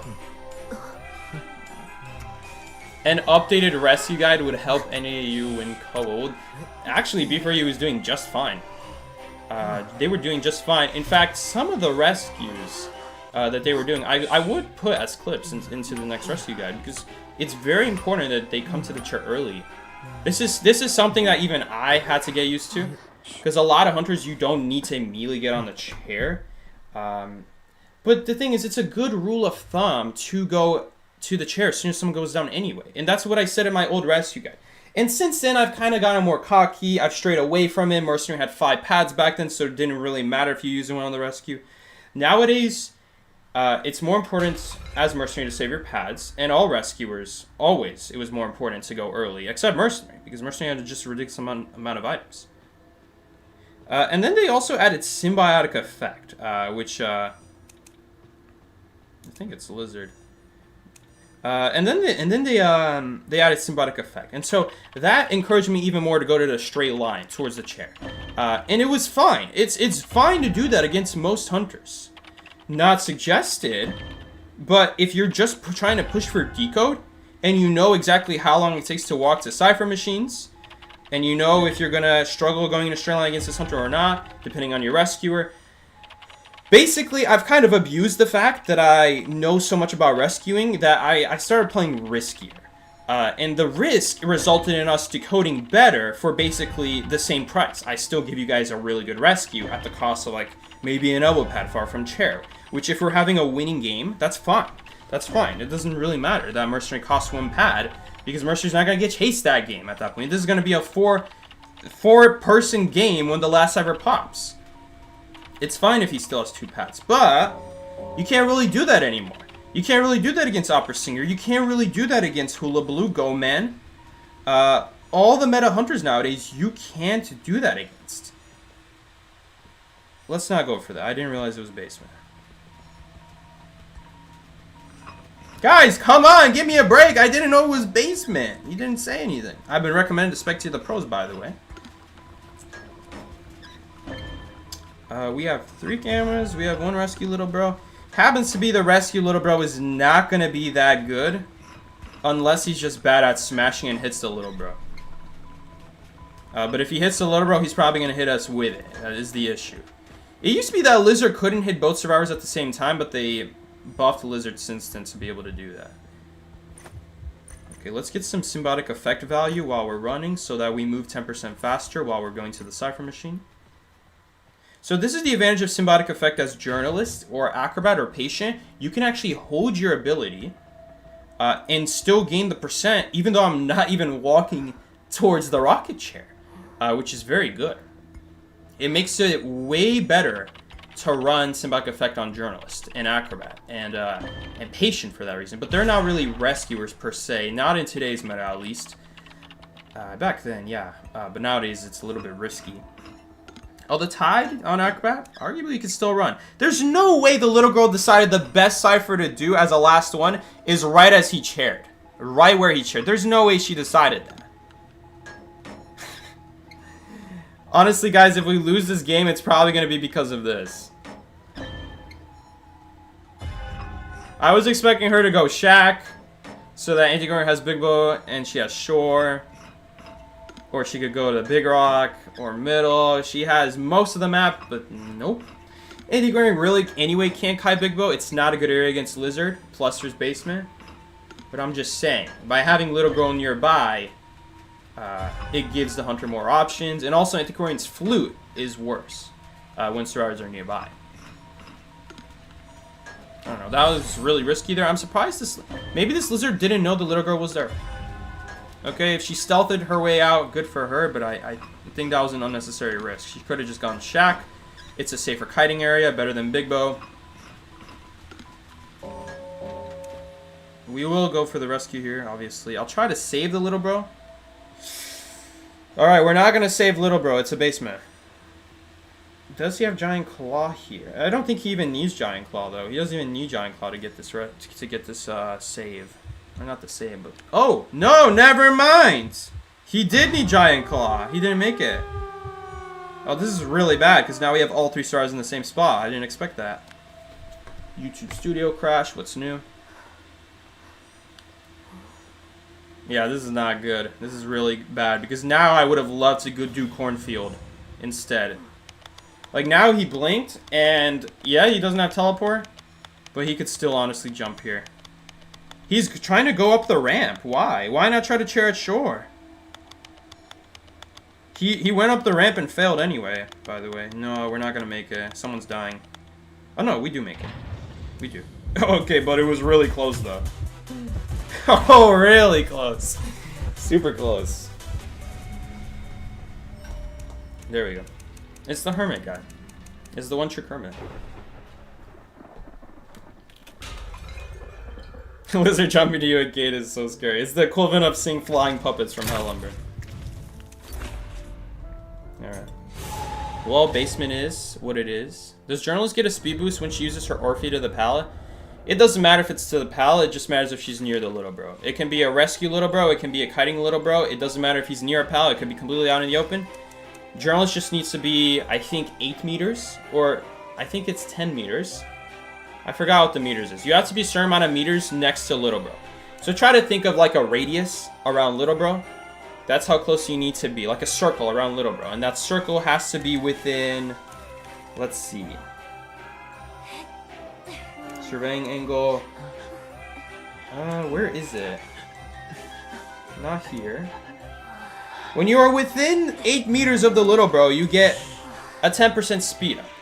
Doesn't have to be by a pallet, doesn't have to be specifically a kiting little bro at all. It could be a rescue little bro. It'll give you a speed up.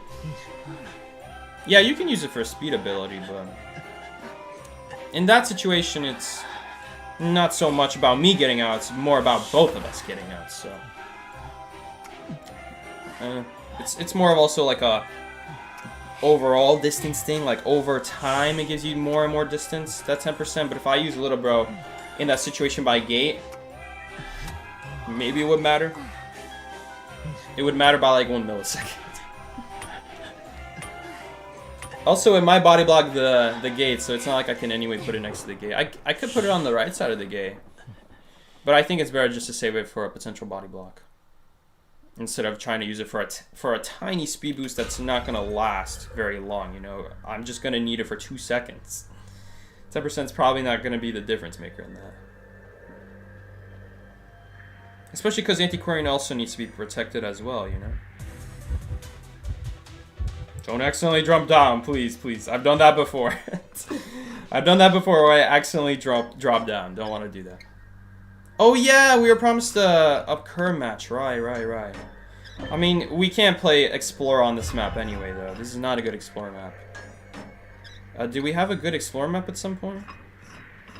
What did we have the Journalist game? Oh, we had Lakeside. I guess I could have gone Explorer. Lakeside is, out of all the viable Explorer maps, Lakeside is my least favorite for Explorer, though. There's not really a lot of grass. It's kind of in random spots, if I'm being honest. I do want to say here that my strategy of constantly decoding and not going to the chair sooner also opens up to actually getting stuffed easier, ironically enough. Now, that might seem like strange, because if you still make it to the chair on time, like when you're supposed to, it should be fine on paper. Okay, seriously? Really? Okay.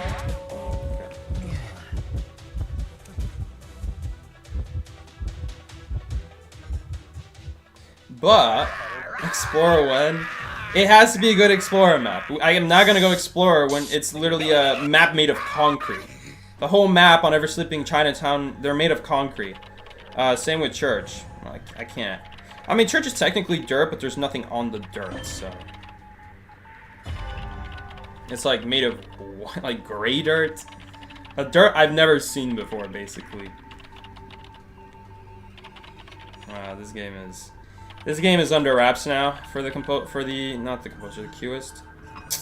Honestly, for the composer as well as us, it's under wraps at this point. There's nothing we can do for this kiter. We can't support him in any way. I guess Lanternus could put the freeze frame ability on him, and then he won't get stunned during the freeze frame. This is the one hunter where it does matter to stall it out.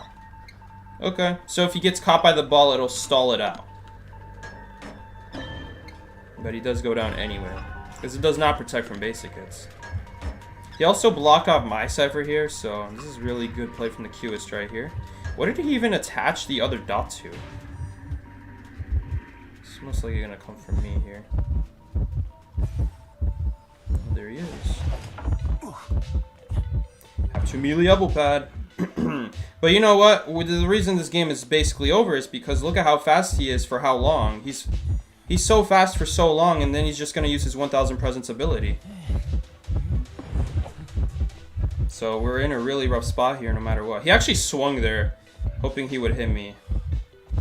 He did not manage to get it. Nice, we baited it out, but now he can just connect it, which is a big problem. Nice, he just canceled it. No, he's still on me. So you see, look at how long he's going to be fast for. He's going to be fast for a very long time now.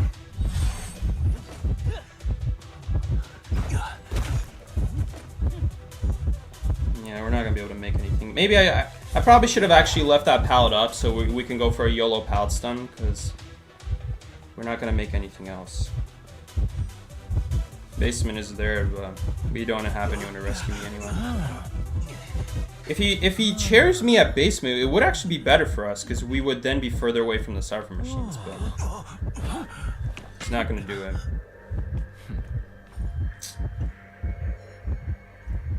So yeah, the way it works is for every injured person, queuist moves an additional, he moves faster for an additional 2.5 seconds when he comes out of a ball. And it's by default 6 seconds. So we have 2.5 times 3, that's 7.5 seconds plus 6. He's moving faster for 13.5 seconds. He gains increased pallet stun. And he also just moves 20% faster. Yeah, that's it. GG. Pop is too late. He's most likely gonna... He's not gonna chair me here? Okay, that's rough. It's rough no matter what, but at least she survived.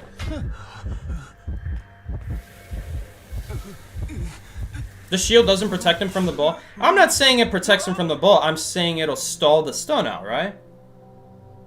Does it not stall the stun out? Don't tell me we actually tie this. We actually tie this. We actually tie that. In my opinion, this guy needed to chair me immediately because I'm dead on chair and then go straight for gate. I don't know why he even tried the Lanterness. Because the thing about Lanterness is you're not going to be able to suck ball her. You're not going to be able to suck ball her. I don't even know why he tried. That gave us just enough time to actually open the gate. Because the issue is not the Lanterness. You can't catch the Lanterness. The issue is the composer doing the gate.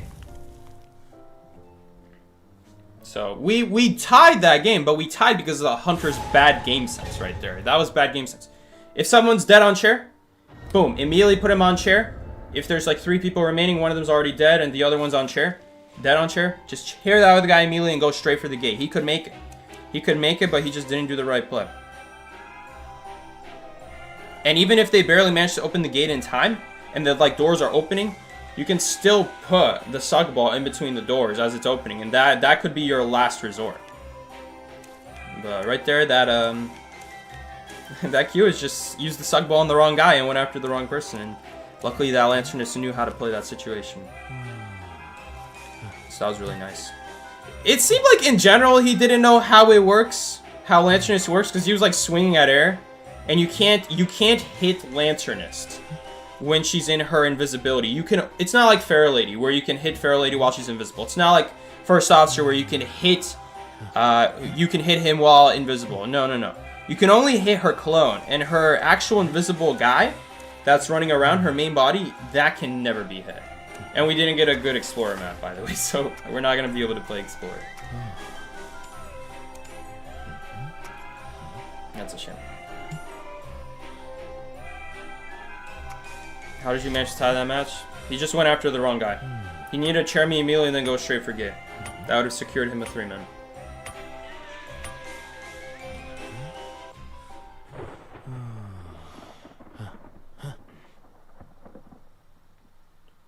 Potential Explorer match. I can't go Explorer on Church, guys.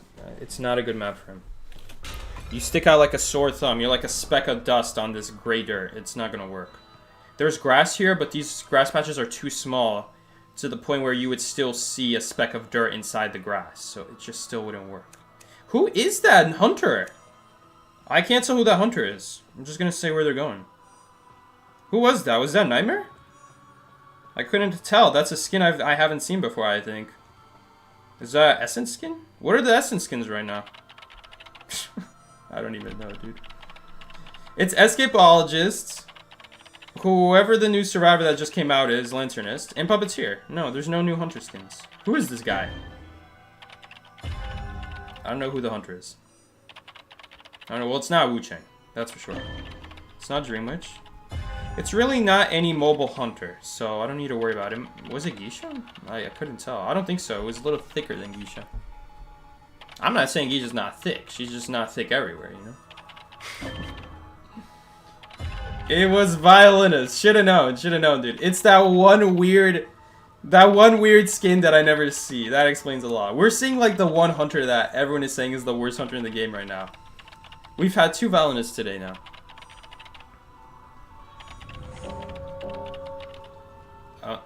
Reminder that I do not have confirmation if Geisha is thick at all, but yeah, I don't know if we're gonna be able to win this match. It's gonna be hard to even tie it.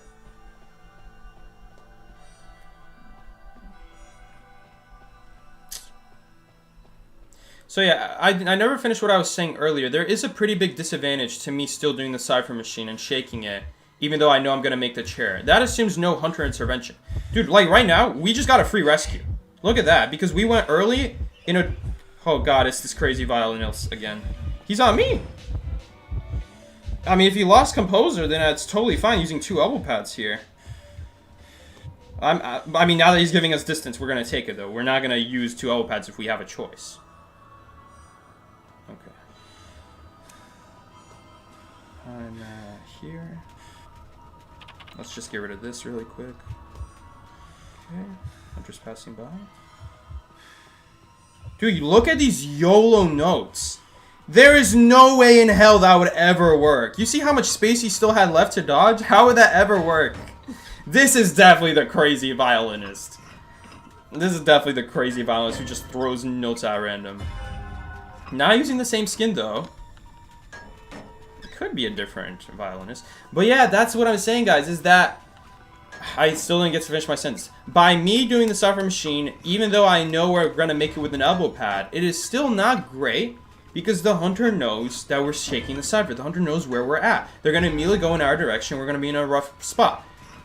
But if we go early, we sacrifice decode, yes, but we can get like some really good rescues off now, to the point where our targets are being lost because the hunter is just disconfused at where the survivor is, at where the rescuer is. Not gonna be good here because I got wanted order, but we're still close enough to the point where wanted order doesn't matter.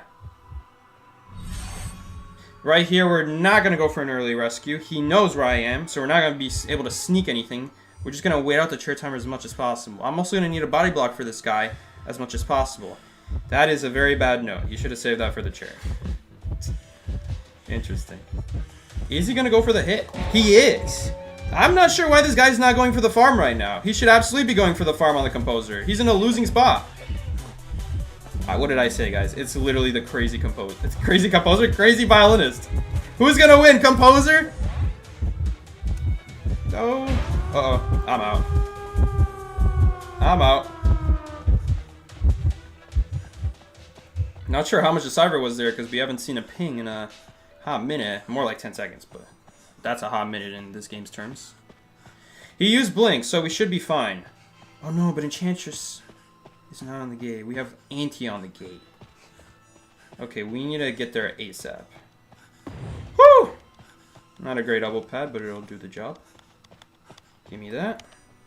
Well, you need people to body block the notes for me. I need someone to body block the notes for me because I don't want to waste time getting off the gate. There we go. Good stuff. Yeah, well, now the Enchantress is helping me. There we go. Auntie was already helping. We're good. He used that blink, but it was a desperation blink! Because he died. Well, he's not dead. Hunter can't die, but... Composer was dead, but he's back alive, so... Ended up killing his endgame there. No trump card. I mean, he trump carded, but no tray.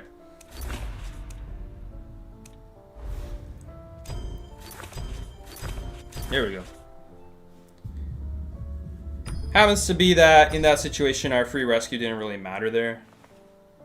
It would have mattered if we needed more time on the cipher, and then we could like get terror shocked and we can keep healing.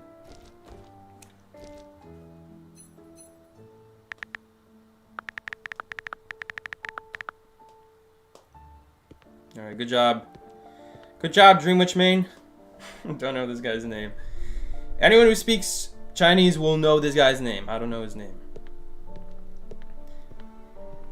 But judging by that first symbol, I think it's the Dream Witch player. Psyche, will you play on Stinky? Oh, why are we gonna play on Stinky? I guess we can play on Stinky. It's been a while. Did this guy just log off? Oh, there he is. There we go. Will you change his nickname to Chinese Composer? Well, he's a hunter player. He's not a survivor main, so it doesn't really make sense to name him that. He's the Dream Witch guy. He's the Dream Witch guy. I just didn't remember at the start of the stream. Alright, there we go. GG's to him. Had a questionable start of our rank session, but besides that, honest mistake. It happened. Turns out he was pretty good. I think. I wasn't really judging him. Besides that tram. That tram was really bad. What was that? The roller coaster to the gate that the hunter teleported on. That was not good. Yeah, game ended because of that. Psyche, can you test if Hellumber Spirit gets canceled by night? Oh yeah, you're right. I need my phone though. My phone's not near me. We need Stinky. We need Stinky to test this.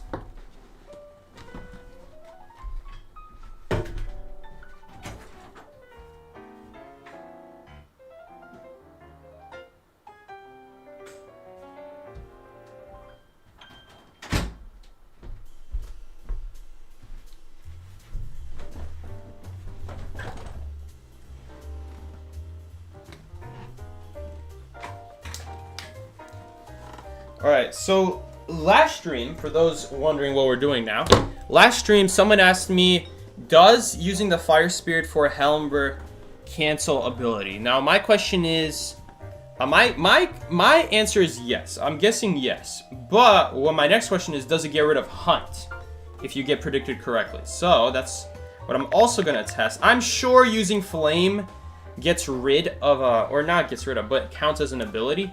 Because if the Knight predicts swing, you can use Fire Spirit to counter. So the game does recognize it as an ability in that case. So it's not really a question of that. It's more a question of, does Hunt also get canceled though? Because normally when you use Fire Spirit, it does not cancel Hunt, which is very weird. But it's just one of the weird exceptions of this game. And so my question is, if you correct predictly that he uses his ability as Fire Spirit, does Hunt still go away? Which is like it's like a persona ability basically. And it's a persona that every Helmber runs. Or at least every Helmber should run. I don't know about whistling.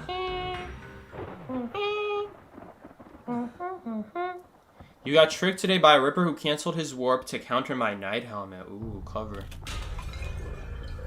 It's pretty expensive though, using a whole warp.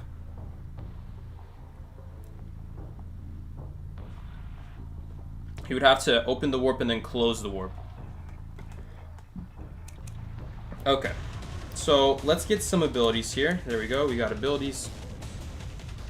So the first question is, can you get canceled by this? Yeah, you do get canceled, and it also gets rid of the ability to use any other abilities. Now my next question is, does Hunt get removed? Does Hunt get removed? Because normally, right now we have Hunt. Now what Hunt says is, if you use an ability or you interact with something, you lose it. You lose Hunt. And Hunt gives you 10% movement speed. Look how fast we are. And the reason this is so good for Helmber is because this does not count for the Fire Spirit. The Fire Spirit, for some reason, does not count as an ability that gets rid of it. It's an ability, but using it does not get rid of Hunt for some reason. It's a weird exception in this game. The only other hunters who ignore this thing, where the ability removes Hunt, is Dreamwitch and Shadow. So you'll see them also run Hunt, because swapping does not count as using an ability. However, using the puppet does count as using an ability, though. So it's not the same for Helmber, only in the case of using this Fire Spirit. So now, if we get predicted, does it also get rid of Hunt? Let's see, we're going to predict ability on Knight. Does it get rid of Hunt? It does get rid of Hunt. It does get rid of Hunt right there. Okay, so that's what we were curious about, which is very, again, interesting, because normally when you use the Flame, it does not get rid of Hunt. But if it gets predicted, then you also lose the ability of Hunt from your persona. That's interesting, because again, like I said, this is not necessarily an ability. This is just the persona web trait, which they don't really work the same way. But in this case, they do. Alright. What about the Explorer match? We had no good Explorer maps. I'm not going to play Explorer on a map that we're just going to instantly get chased on. That's not how you play Explorer. I'd love to play Explorer for the donation, but we need a good Explorer map. Explorer is a very map-dependent survivor. It's just not fun. Lakeside, yeah, Lakeside was the one map. I did forget about that. But after that, we didn't get a good chance. Very interesting. Hope that answers your question.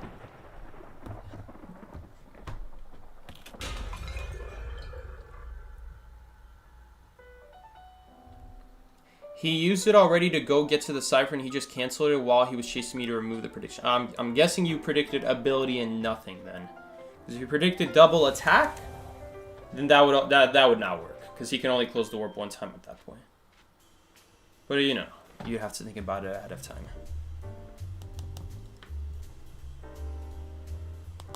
I don't know, you guys really want to see Stinky gameplay? Stinky is boring though. Stinky is just an alt account. I guess we can play Stinky.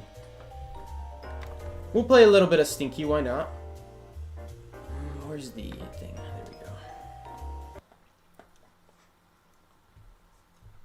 go. Be nice to Stinky. Stinky is just me. I'm Stinky, guys. Both in IDV and real life. All right, where is this? Where's this Twitter? You have to offload or delete Twitter every time you want to use Twitter to log in on Identity 5. Identity 5. So, we're doing that right now.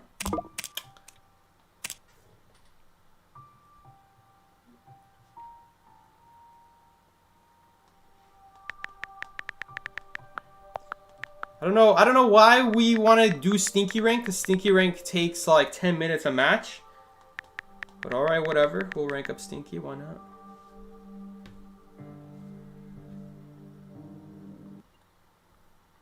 And then I need to go back and remember to... Some of you guys might be wondering, well, Psyche, why do you even have the Twitter app if it doesn't allow you to, log into Identity 5? Because I don't use Twitter. I don't use Twitter. I don't browse Twitter ever. I just use it just for an extra login to Identity 5 on my alt account. So you guys be like, well, why do you have that Twitter account anyway? Just remove it so that you can always log into IDV without removing Twitter. You know, what's the point of having Twitter if you're going to remove it every time? I'll tell you why. Because if you don't have Twitter, you can't do the daily share and get 20 clues for free every day. I already downloaded it just now. But if you don't do that, you can't claim your 20 free daily clues from sharing. And you don't need to share. You just click it and then you click cancel. So. Don't tell the devs, guys. Shh, don't tell them. It's been in the game since the very first day. I don't know why they don't remove it at this point. Because they're losing out on that. I don't have to advertise their game every single day because they didn't remove it. I thought they would want that, but maybe not. Bring back stinky hosts. We'll do, it's going to be a 1 second queue time. So let's set up the host. We're going to play the host on Stinky. And hopefully we'll get some bad survivors. The host. Alright guys, if you're not familiar with what the host is basically, we're running all traits that make struggling harder. But you know why the host doesn't work really well anymore? You know why? Because Giant Claw used to have this ability where it reduced the struggle effect by 75%. And now that that's been removed, it's really hard to hit people on balloons now. If you're using Giant Claw and you're using this host, then against good players it's never gonna work. But against bad players who are not expecting it, and they don't know where the pallet areas are, I guess, then it was very good that the struggle effect is reduced. But look what it got replaced by. It got replaced by reduced decoding speed. If I can't get hits off very easily, then what's the point of reducing decode speed? I'm just delaying the inevitable. So this, I think, is better.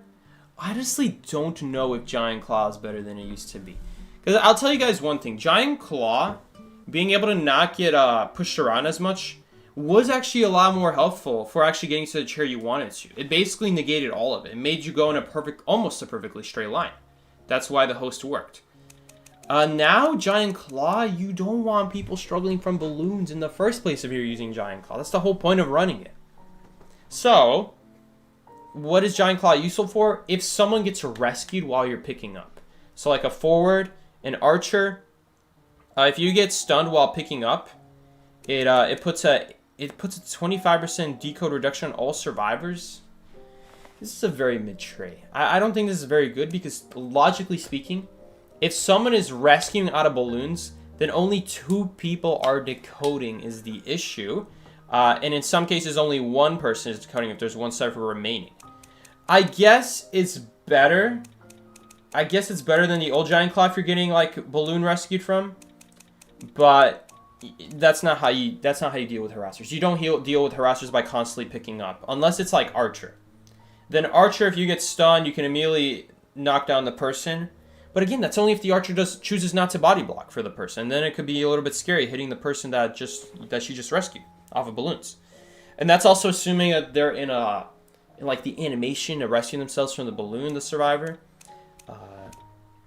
Otherwise, they're just gonna be able to immediately run away from you.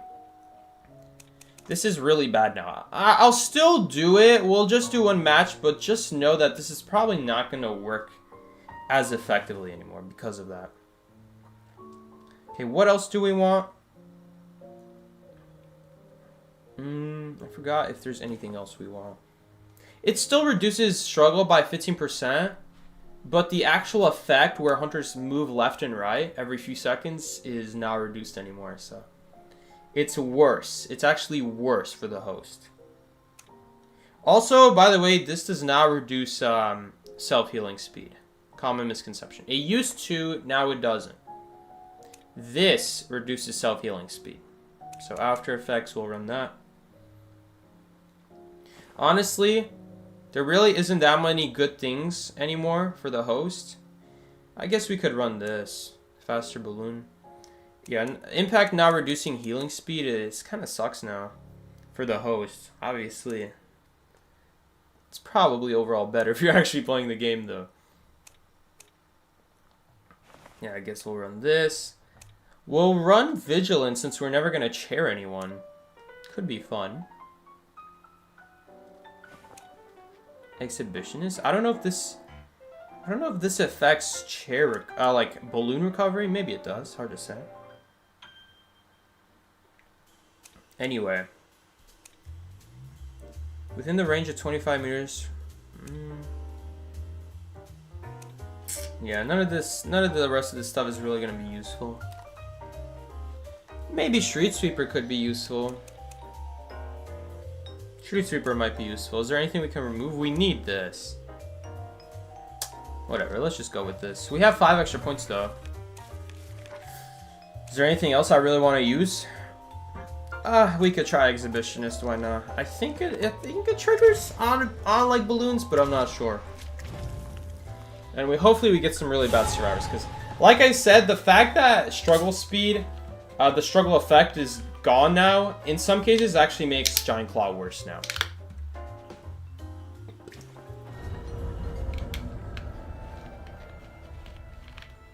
Claustrophobia. Claustrophobia doesn't work if someone is knocked down. If someone is knocked down, claustrophobia will be reduced.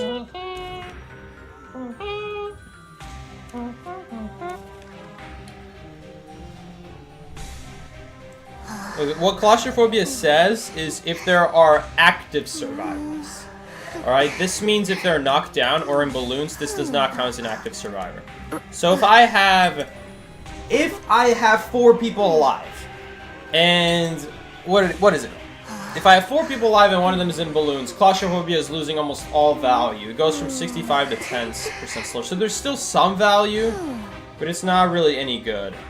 Man, Enchantress. There's also a big problem doing host against Enchantress. It just doesn't really work, obviously, for obvious reasons.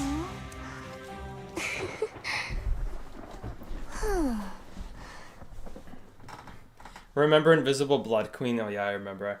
I purposely avoided the game during that time, but there was a skin, I think a B tier skin, from the Call of Abyss. From the Call of Abyss 8, I think it was.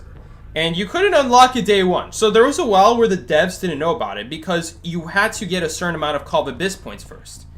And it was at the very end of the path. So then, only like a week or 2 into Call of Abyss, people started maxing it out and reaching the path. Guys, we're playing the host. I'm taking this free kill. Oh no, she started running. Okay, that was a really bad mirror. It's okay, guys. If we're going... Oh, I don't have inertia. I just feel my recovery be slightly slower. Oh, she's dead. Look at how my recovery is slightly slower. Well, now I have a music box on me, so it's hard to tell. But okay, where are we going? Where are we going, host? So you guys are going to see now that when she struggles, we move all the way to the side now, which is a big hit. That's a huge hit for the host. Because now it's going to be so much harder to go in a straight line towards our targets. You see, like there, like right there, the old Giant Claw would have saved us. And now we might not get a hit on him. If he flywheeled correctly, we would have gotten no hit there because of old Giant Claw. Well, because of new Giant Claw being bad. Oh, I see how you are. Okay, well then we're just gonna go for you. Oh, I'm gonna blink. Be careful. I mean, are these guys gonna blink predict me? Probably not. Hello? Alright, this is also a big map, which is a whole other problem for the host. And you guys see how the recovery is like slightly longer because I don't have inertia? Okay, Vigilance! Vigilance is kicking in. We're moving 9% faster, 18% faster. And who says vigilance is not good, guys? Okay, it's pretty bad here. Yeah, this is gonna be rough. Why are you going towards me? Flywheel? Drop? I'm not allowing myself to basic hit her. I have to use the balloon. Okay. It is what it is. I'm coming for you. I mean, every time they struggle out, they do decode 25% slower for 8 seconds, but it's only 8 seconds. You guys are about to see why balloon... Again, this is why the host doesn't work anymore. The struggling effect is too intense nowadays.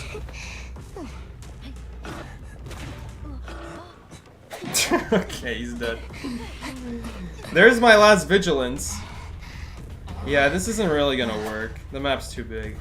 I mean, it should never work if I'm being honest. Why is she still trying this? Does it look like I'm trying to beat these people? Okay, that time she did not predict me dropping. Okay, to have any chance here, I will use the mirror. Otherwise, we have no chance. Honestly, we already might not have any chance. Come here, Seer. Maybe I should like set up a mirror and then start walking around. No! Man, the struggling effect is real. We're not gonna be able to hit him anymore. Okay, well I don't know if we'd hit him in the first place, if I'm being honest.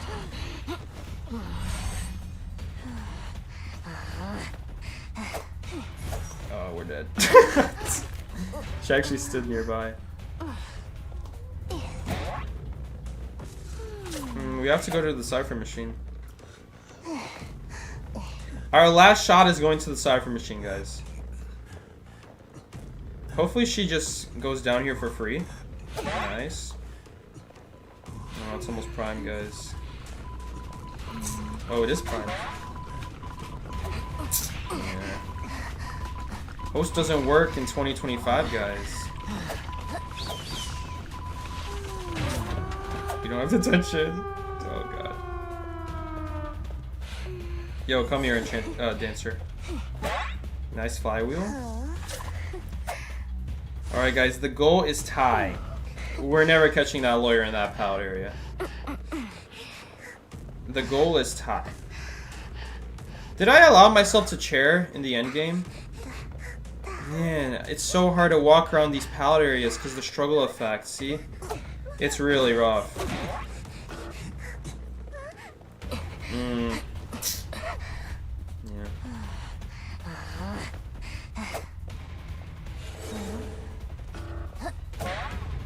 We still have a chance.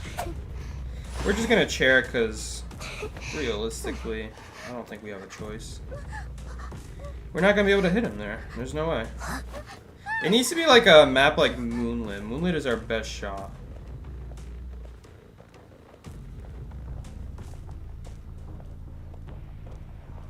Knowing these IDV randoms, there's very likely someone here. Someone here? Oh my god, why? You guys see what I'm saying with these IDV randoms? Except it was the Seer. Like, I'm not thinking stupid enough. I need to think even stupider. Well, he did have an owl to be fair, though. Yeah. We should still get this tie here. The only issue is that I think he has an owl. Probably has lots of owls, if I'm being honest. No, no owl. Okay. Okay, now we're seeing the stupid come out. See? See what I'm saying? Look. Suddenly lawyers here. Suddenly lawyers. What did I say? What did I say? I told you someone's gonna come here. We're just gonna have to leave Seer. We can't go for Seer. Am I thinking stupid enough? Would Enchantress go to rescue here? No, she can't. I'm really bad with Mirror. We're just gonna swap right here. And we'll just kill him normally. I'm not good with the Mirror. Flywheel? I don't think he has Flywheel. I'm pretty sure I had bar time. Alright, we'll get the tie. Yeah, Host is not really good anymore. It was a lot more fun back then when you had a lot of control over the balloons, and it was actually more realistic back then. What the hell? You guys came back?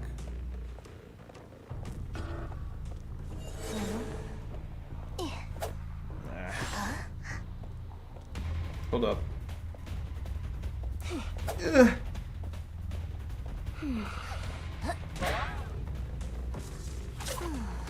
Yeah, they did come back. In fact, all three of them came back. Can we stop them? Can we still stop them?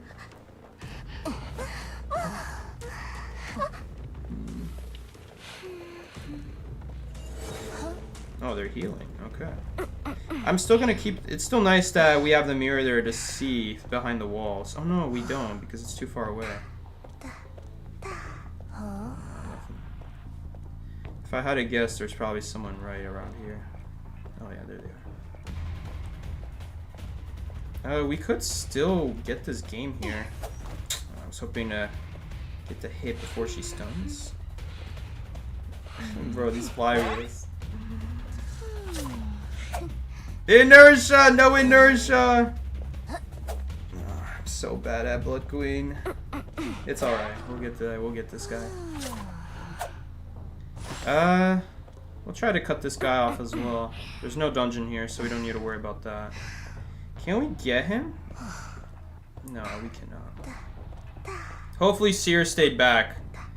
Can I see a random Seer, please? Come on, random Seer. No, that's it.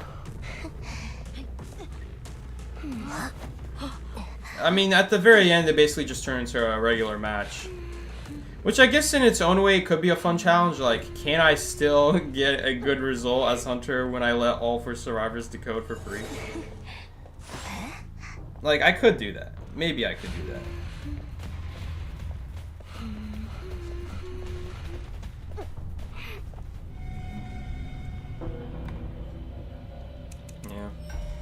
The whole idea of the host is like, even when it was a pallet area that, you know, even when they had a pallet area, if it's one they could walk, if it's one that you could walk around, you could very easily mind game a low tier, even a high tier could get mind game by these kinds of like mind games going around the pallet. It just doesn't really work anymore though, because you just don't have good control over the balloons. You're hoping that it doesn't turn you into the wrong direction. At that point, I don't need to tell you guys why hoping is not a good strategy. Like, brother. How did you manage to tie that? Well, they kept coming back to me, that's why.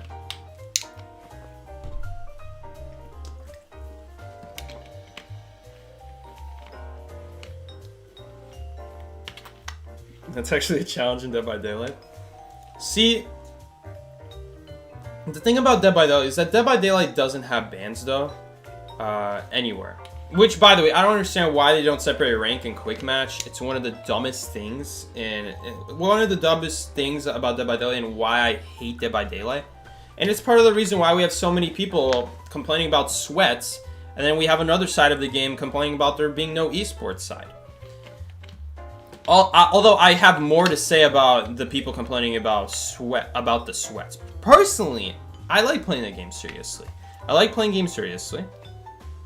And I don't understand why these Dead by Daylight people are so upset when there's someone just using the best build. I could understand it only with the explanation of there is no difference between rank and quick match. So there's people who actually want to... You should try Percy. So there's people who actually want to just chill and not do the best stuff. And then there's people who play Blight, and then you didn't pick the best stuff, so you're dying to Blight now. Or like Nurse or stuff like that. The only thing that I don't like about it, that there's just no explanation for, is there's just people in Dead by Daylight who are just mad that you are just playing the game good. There are just people out there, like hunters. There are hunters out there who see one flashlight, someone supporting at the right time, saving them at the right time. It's just one guy, and they're toxic over it. The hunter is mad over it. Not toxic, but just mad that someone is using their flashlight well. It's not like all 4 survivors are ganging up on the one hunter. You know? And even if that were the case, that's not a winning strategy anyway, to have all 4 survivors go after the hunter. It would be like calling like Sweatfest. Like, all 4 survivors going after this hunter. Well, to be fair, if the hunter is really bad at the game, alright, then of course they're gonna lose. They were gonna lose whether or not you use Sweatfest strategy or not. I mean, it's so hypocritical. I just don't understand it. If it's a bad hunter in Dead by Daylight complaining about, oh, look at these Sweatfest toxic people, Oh, bullying me, running the best traits. They're allowed to run the best traits. They're allowed to do that. It's kind of when I like see Ellie, and goddamn, it makes me wonder if Ellie like used to play Dead by Daylight. Ellie goes to a quick match, and there will be all 4 survivors going after him. And on the one hand, Ellie's different because he says, okay, he wanted an actual match because Ellie knows this is a losing strategy. Okay, but on the other hand, Ellie's like, why are these people doing this, guys? Why are they doing this? Like, guys, they can do what they want. They can do what they want. It's a quick match. I mean, even in rank mode. But he was playing it in quick match. He's never playing Explorer. Alright. Does that still count? Explorer is too easy, though, in loads here. We don't even need to hide. We could probably kite these hunters without using anything.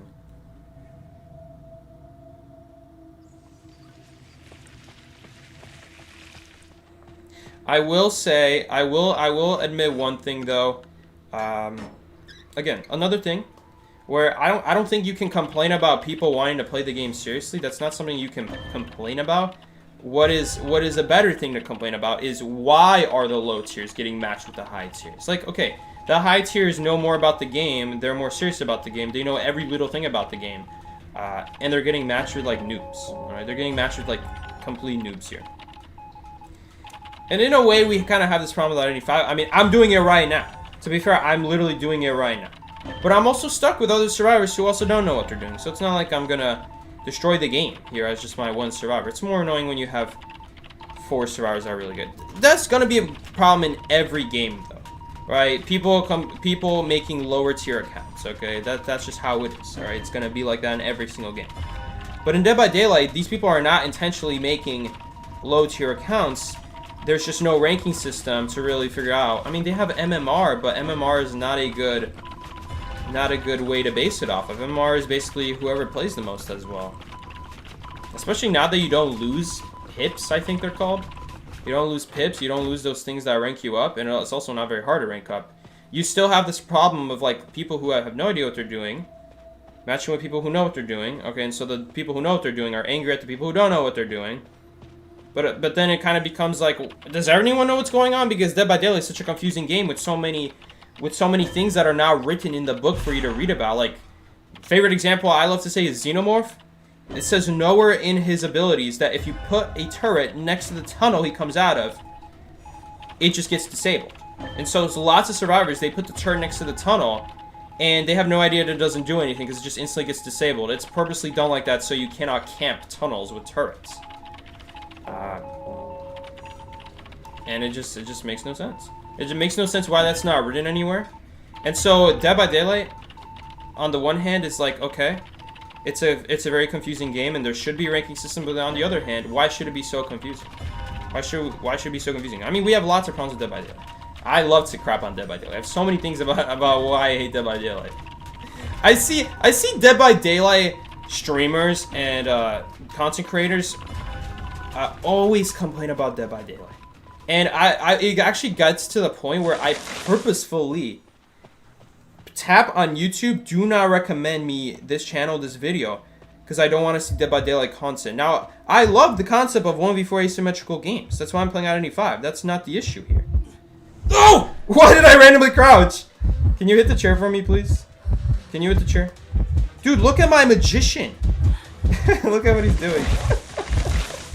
Look at what he's doing. Oh, I got hit by a soul there. Oh, no. Oh, no. No, I didn't get hit by a soul. She just canceled recovery. Okay. Never mind. Never mind. He just canceled recovery. Will you do DVD streams? Now, respectfully, like I said, I love asymmetrical games. But I'm not going to do Dead by Daylight for multiple reasons. The reasons I'm saying right now are just one of many. I gave multiple reasons, actually. These are some of many, actually. If you thought these reasons were a lot, no, I'm not done. I'm not done, homie. We're not making that rescue. Sorry, man. No, I'm not done. I'm still not done. Oh, here we go. We have someone explaining. Thank you. Dead by Daylight has individual MMR based on your killer, which I wish IDV had. Totally don't agree. If you play a killer you've never played before, you get put up against people who are newer. Okay, I guess when you put it that way, it's more interesting, but I still wouldn't like that. I still wouldn't like that because can you imagine the amount of grinding you would have to do? Which segues perfectly into my next point. There is way too much of a grind in Dead by Daylight. To run the best things in Dead by Daylight, you need to grind way too much to run the best possible builds. You need to grind way too much for the best possible builds in the game. Like, you'll buy the character, but that's not enough. That's not enough in most cases to just buy the character. We could actually kite this guy out. We're playing Magician. This is a hard counter.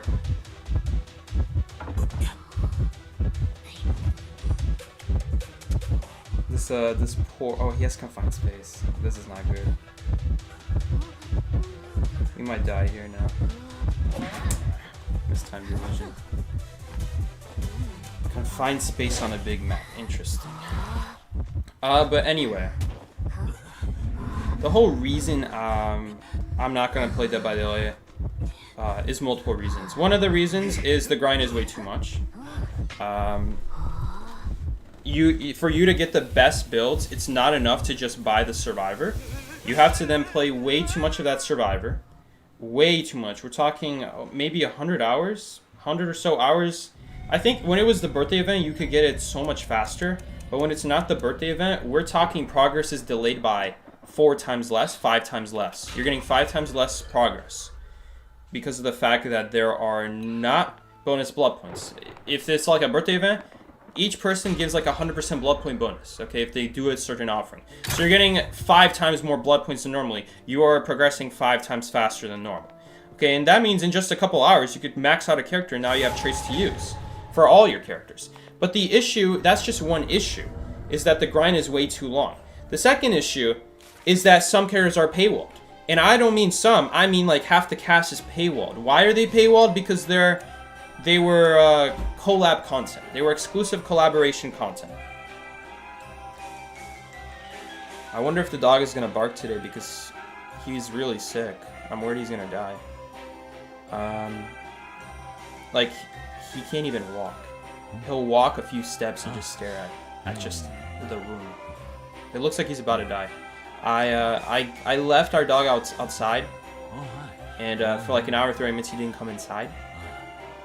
And I go outside, and he's just sitting under a tree, like under a random tree on the dirt, as if he's like thinking about where he's gonna die. Like, it was so sad to see. I really hope he's just sick. I don't think it's old age, because old age would happen more slowly than this. It would happen over time. And he just went from like barking on Halloween on everyone to now November 3rd, he's like having a hard time even looking at you, walking. He's vomiting. He's vomiting anytime you give him anything. Anyway, back to the Dead by Daylight thing. It's way too much of a grind. Characters with the OP treats are paywall. That is probably one of the worst things you can do in your video game.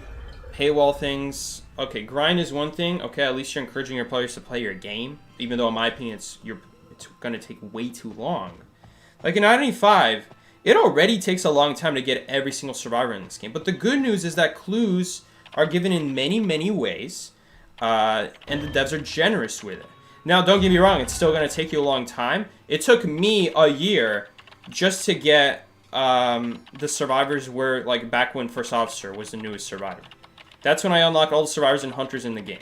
That was back when Blood Queen was the newest hunter and like First Officer was the newest survivor. The book has since then like more than doubled for the survivors and doubled for the hunters.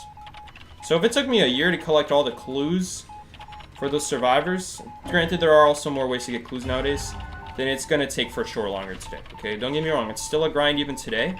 But when you unlock a character, you get all their abilities on the spot, which brings me into my next point. Third, why I don't like Dead by Daylight, the survivors are not unique.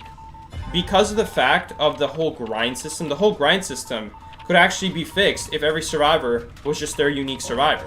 If every survivor was unique, then there would be no such thing as having to grind them out so that other traits can be used on other survivors. Because then it doesn't matter what survivor you pick, you just get all the best traits and you ignore all the survivors with bad traits and you just never play them.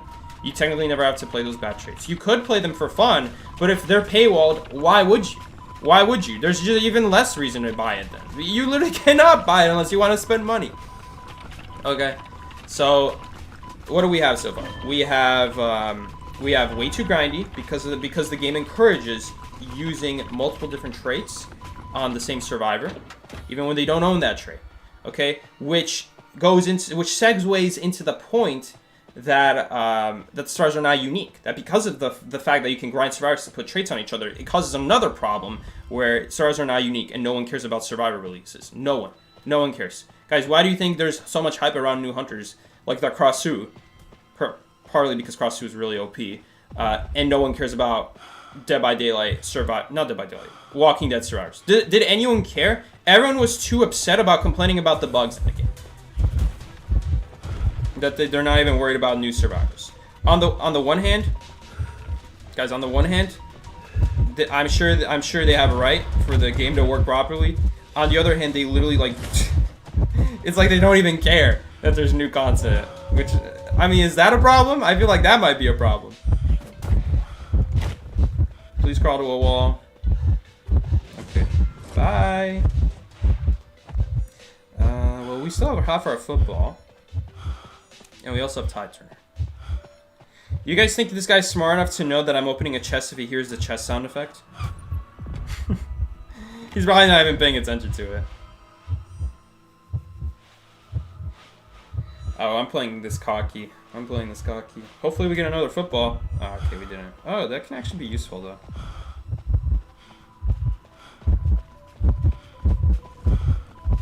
Please? Value?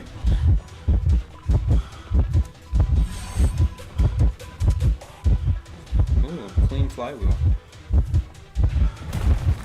Oh, he's dead. Okay, we got addiction now, nice. Well, addiction will still give him stun resistance, it just won't slow us down for the next 20 seconds. Because it can only trigger, the slowdown can only trigger once every 20 seconds, but the stun is always there. Okay? He's not in the pallet, sadly, but it'll at least be enough for him to survive. Unfortunately, Novels being here also makes addiction even better. I think addiction is 10% by default, and with Novelist here, it's now 25% stun resistance, which is quite a noticeable difference. That's like running 2 on Rage. Is he even getting the book? I don't even think he's getting any book. Poor Joseph is just stuck on decode duty. Literally world's most useless book.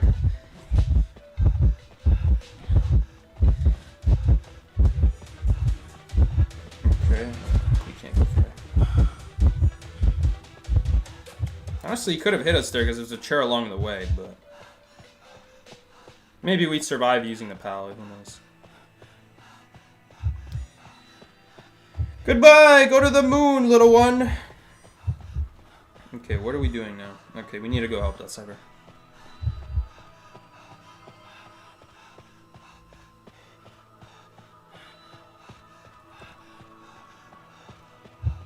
By the way, as I'm talking about these points about Dead by Daylight, this is not reasons for you guys not to play Dead by Daylight. This is just why I don't play Dead by Daylight.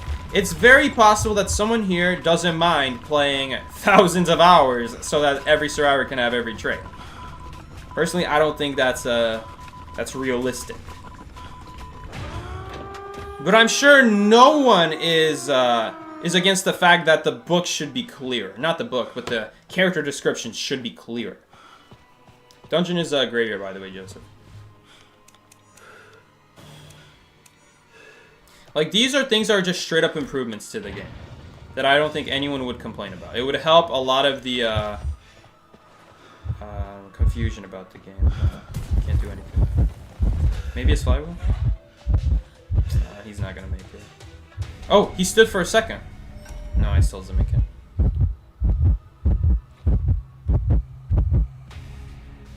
That was cold? Poor dog. Should we be concerned to see you? Well, the dog just didn't come to the door. I didn't force him to stay out. I left him outside so that he can pee, and that's it. You're sarcastic, right? Brother, people open their door so that the dogs can go pee. I didn't make him stay out there.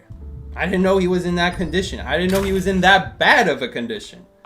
I go outside, that's what condition I find him in. Dude, people are way too sensitive online. Or maybe you just misunderstood. I didn't really explain, to be fair. But anyway, what was I talking about? And like the other thing, do I sound like I'm maliciously, yes, this dog, oh, he was out there suffering, he was out there dying, and I was laughing. I never said any of that, and my tone was not like that at all. I don't understand how you got that message like that at all, my man, but just to be clear, that was not on purpose. That's when I realized he's in that state. Like, I leave him to go outside. The dude does not want to even come back inside. He cannot even go back. He can go down the stairs, but he wasn't able to go up the stairs. Back to the door. So, anyway. What was I talking about? Dead by Daylight. Oh, we got something. Okay, nice. Should we use Coordinator? No, we have to... I mean, should we really use Explorer? I'll use Explorer just because you guys are asking.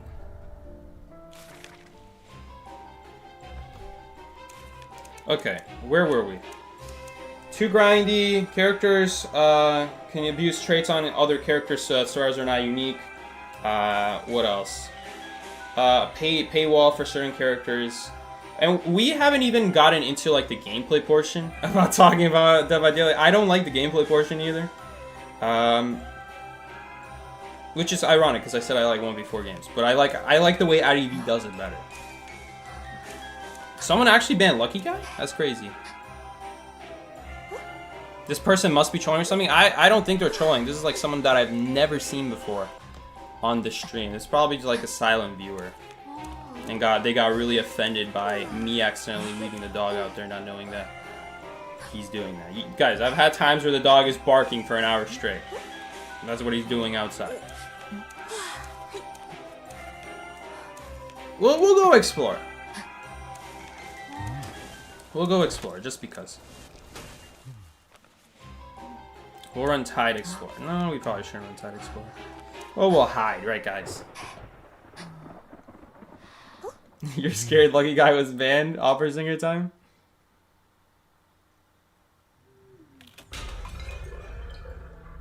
Okay. Grindy, Paywall, and Survivors are not unique.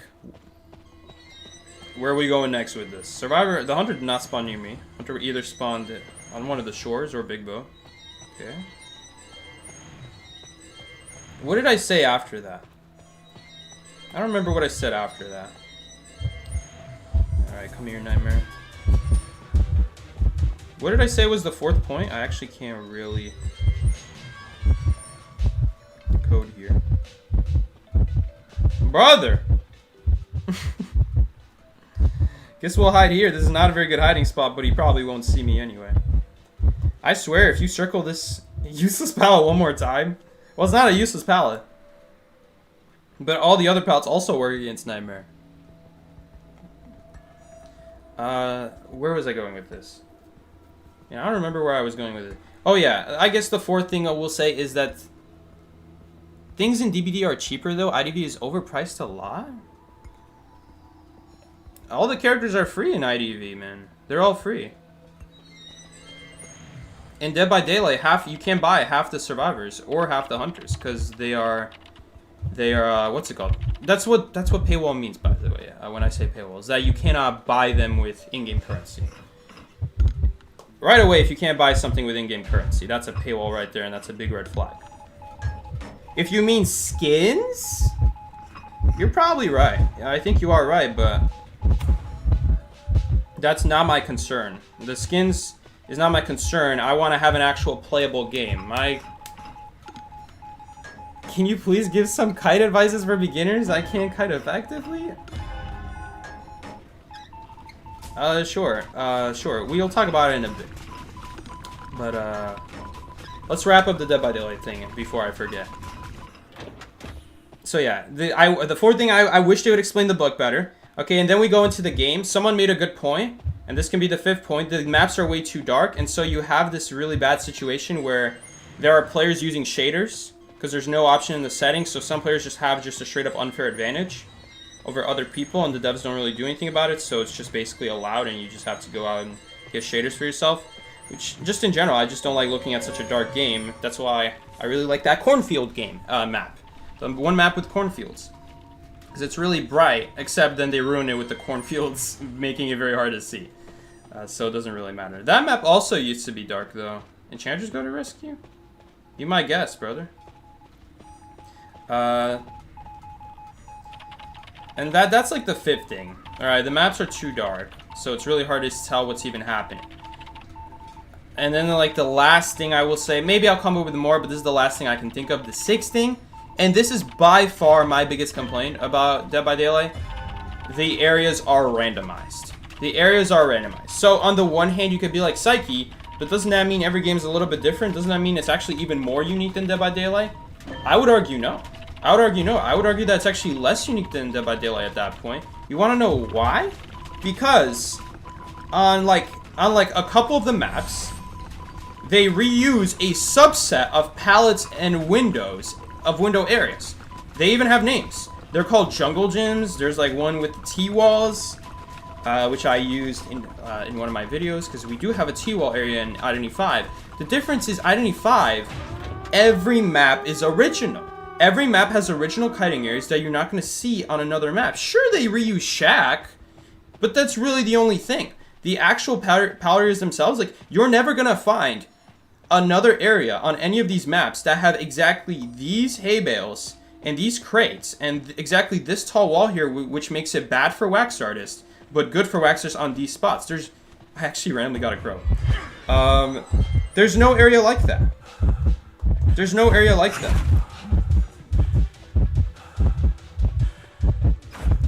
Yo, I need help.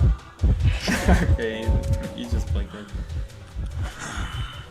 Which means every map is a little bit unique, and so that's why I would argue, hell, Dead by Daylight having randomized areas is actually, I'm not gonna struggle free here, am I? Is actually less unique than IDV 5, because they end up reusing areas. They end up reusing. So this whole aspect of random, the only thing that's random is what area you get. And to me, that's frustrating. That you could be going against a hunter. You're like, okay, I know an area spawns here. By the way, nowhere explained in the game where the areas spawn, which is another problem. But I already said the book is unclear. That the devs explaining abilities and maps is unclear. So you won't have to hear that from me again. And it's just, that's the biggest issue. That's the biggest issue. For me to play the game is that I can't even play the game consistently unless I freaking memorize where the areas spawn, and even then I might not get the area I need against a certain hunter I'm up against. Maybe I'm up against, I don't know, a hunter that is really good against windows, right? And I go to an area that I know spawns, and it happens to be T-walls. Like, bro, what?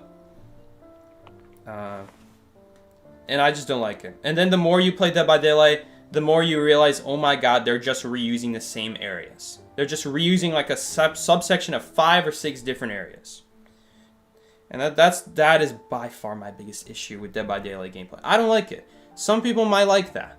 I don't like it. To me, I find it unoriginal that you just created a couple of sections of kiting areas, super spread apart from each other also, which makes it even more of a nightmare as a new player not knowing where these areas are going to spawn even. I guess if you didn't make it more confusing enough that there's no like selectable spawns, there's not even like a section of spawns. Like there's not even like a possibility of like 5 or 6 different spawns like there is in IDV 5 if you go in a quick match. There's just always random spawns. The palette areas are completely randomized. Maybe they'll spawn consistently in the same area, but they're random. Even the buildings are randomized on some maps. Like the main buildings, you're like, okay, but surely if you have a map like Arms Factory, then surely they don't move that building around, right? On some maps, they make it so the one window is blocked and another is open. So you'll run to an area where you'll run to a part of the building where you know there's a window, and you just got unlucky. You got the 50-50 that the window didn't spawn on that spot. Hate that. Hate that I knew that there's a building there and the window's still spawning in the wrong area that I didn't need it in. And the second thing is some maps, they entirely like 90-degree turn, 180-degree turn the main building. So it's just even more confusing. Like a great example, there's like the what is it called? The Yamoka Estate, and there's a huge building, like a big house, with multiple windows inside and multiple breakable doors and multiple entries inside of it. Because of the fact that that building rotates 90 degrees, and I had to hear this from a Dead by Daylight video, that this building rotates, and they didn't even explicitly say it. They say, oh, we got this building. What do you mean this building? I had to find out from then another video that it's like, oh, we got the building that is rotated 90 degrees in this direction of the map. And it's like, what? Why does that need to exist? Why? Imagine IDV. I go play IDV, and I'm playing Hunter, and the pallet in the factory that spawns all the way in the corner of the map, the building just flipped 180 degrees, so now that pallet is facing the center of the map and way easier to enter factory into. Why? Why? That would be so frustrating. That would be so frustrating that I get screwed by luck. That now I have a factory that is very easy to access. Or I'm playing Survivor and I have a factory that is not easy to access. That is like the current factory, where the pallet's on the other end of the map. And that's super frustrating. Not to mention confusing. I'll play the Yamoka Estate. I think that's what it's called. Yamoka Estate, right? I think that's specifically the map. Or maybe it was, no, maybe that's just the realm. Which, by the way, that's a whole nother story. Oh, it just automatically stepped forward for me. That's a whole other story, that realms, they look similar. And they just have different versions of the same map. So the color is the same. Like, great example. Imagine Arms Factory, and they copy-pasted the grass. They copy-pasted the ambience, all the fog and everything, the trees, all the obstacles that they use on Arms Factory, and they just put them in different spots. And they called that a new map. That's what Dead by Daylight is. And it drives me crazy because it's so hard figuring out what the different maps are as a new player. Now, I know that doesn't sound like a big deal, and trust me, I didn't think it was.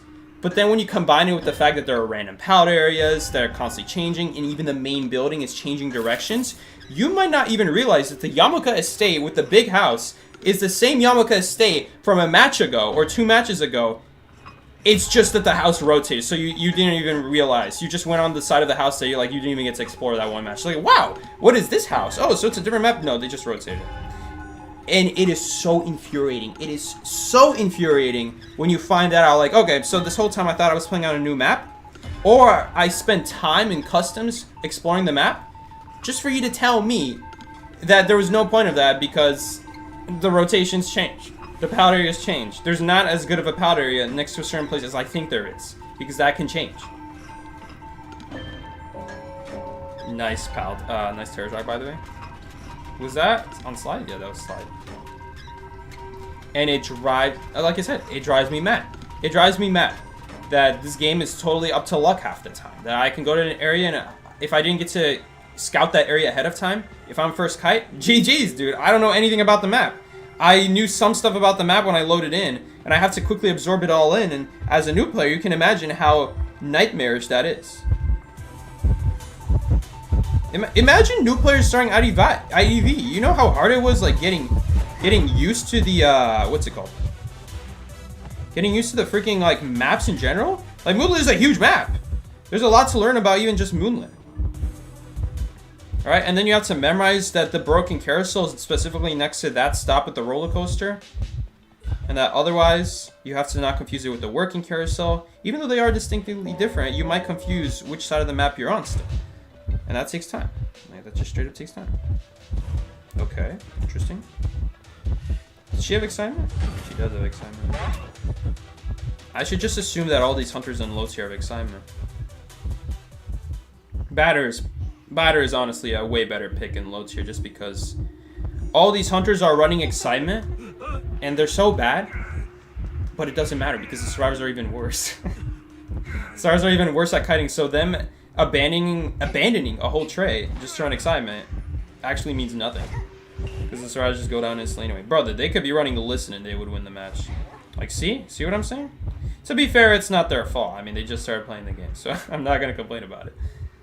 But it is annoying. It is annoying as me, who knows what's going on, like watching this happen in front of me. He didn't even press the roller coaster button right there. Okay, little girl just had to take it because he didn't use it. That's funny. Well, at least we got excitement now. Oh, I should have been crawling. Oh, I forgot about that. My bad. Oopsies.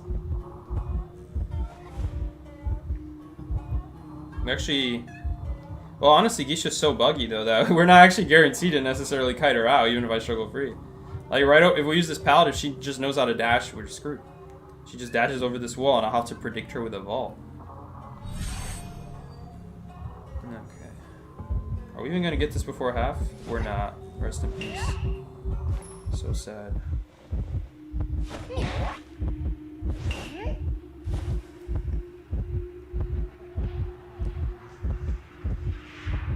Yeah, that's why I'm probably never gonna do a Dead by Daylight stream. I just don't like the game. Alright? It's literally that simple. Like, yeah, I know I gave these all reasons and these intricate reasons why, in case you're wondering, but the reality is, to put it simply, you know, really quickly, I just don't like the game. That is literally the answer. I just don't like the game. And I'll say all these things about it and why, but and I think they are good reasons. I think these are all reasons anyone can get behind. Like, yeah, I'm sure all Dead by Daylight players would love it if they didn't have to spend thousands of hours watching YouTube videos just to learn a thing or two about a hunter because the game didn't say it. I'm sure they would love that.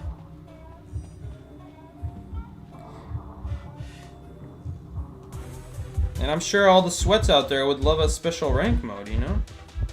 Where they don't have to just play against freaking Billy Joe Bob as their survivor who has no idea what they're doing. Or not against, but with. But honestly, once you get a bad survivor and you're trying to play the game seriously, they may as well be against you. Or maybe you're a Billy Joe Bob and you got the world's sweatiest blight. And there's nothing more frustrating than facing a blight and I don't even have any perks. And it's not like I chose to run the bad perks. I don't have any perks. That's what's frustrating about it. You don't have any perks. Okay, unfortunately I wasted my football. It was just safer though to use the football. We might have not necessarily gotten body lock there. Is he still going after me? We need to come up with like a rebound plan. Is there any way for us to rebound this Geisha? Or not rebound her, but rebound our team to like dungeon or something like that. This area could be a good start. It's pretty decent against Geisha with these tall walls.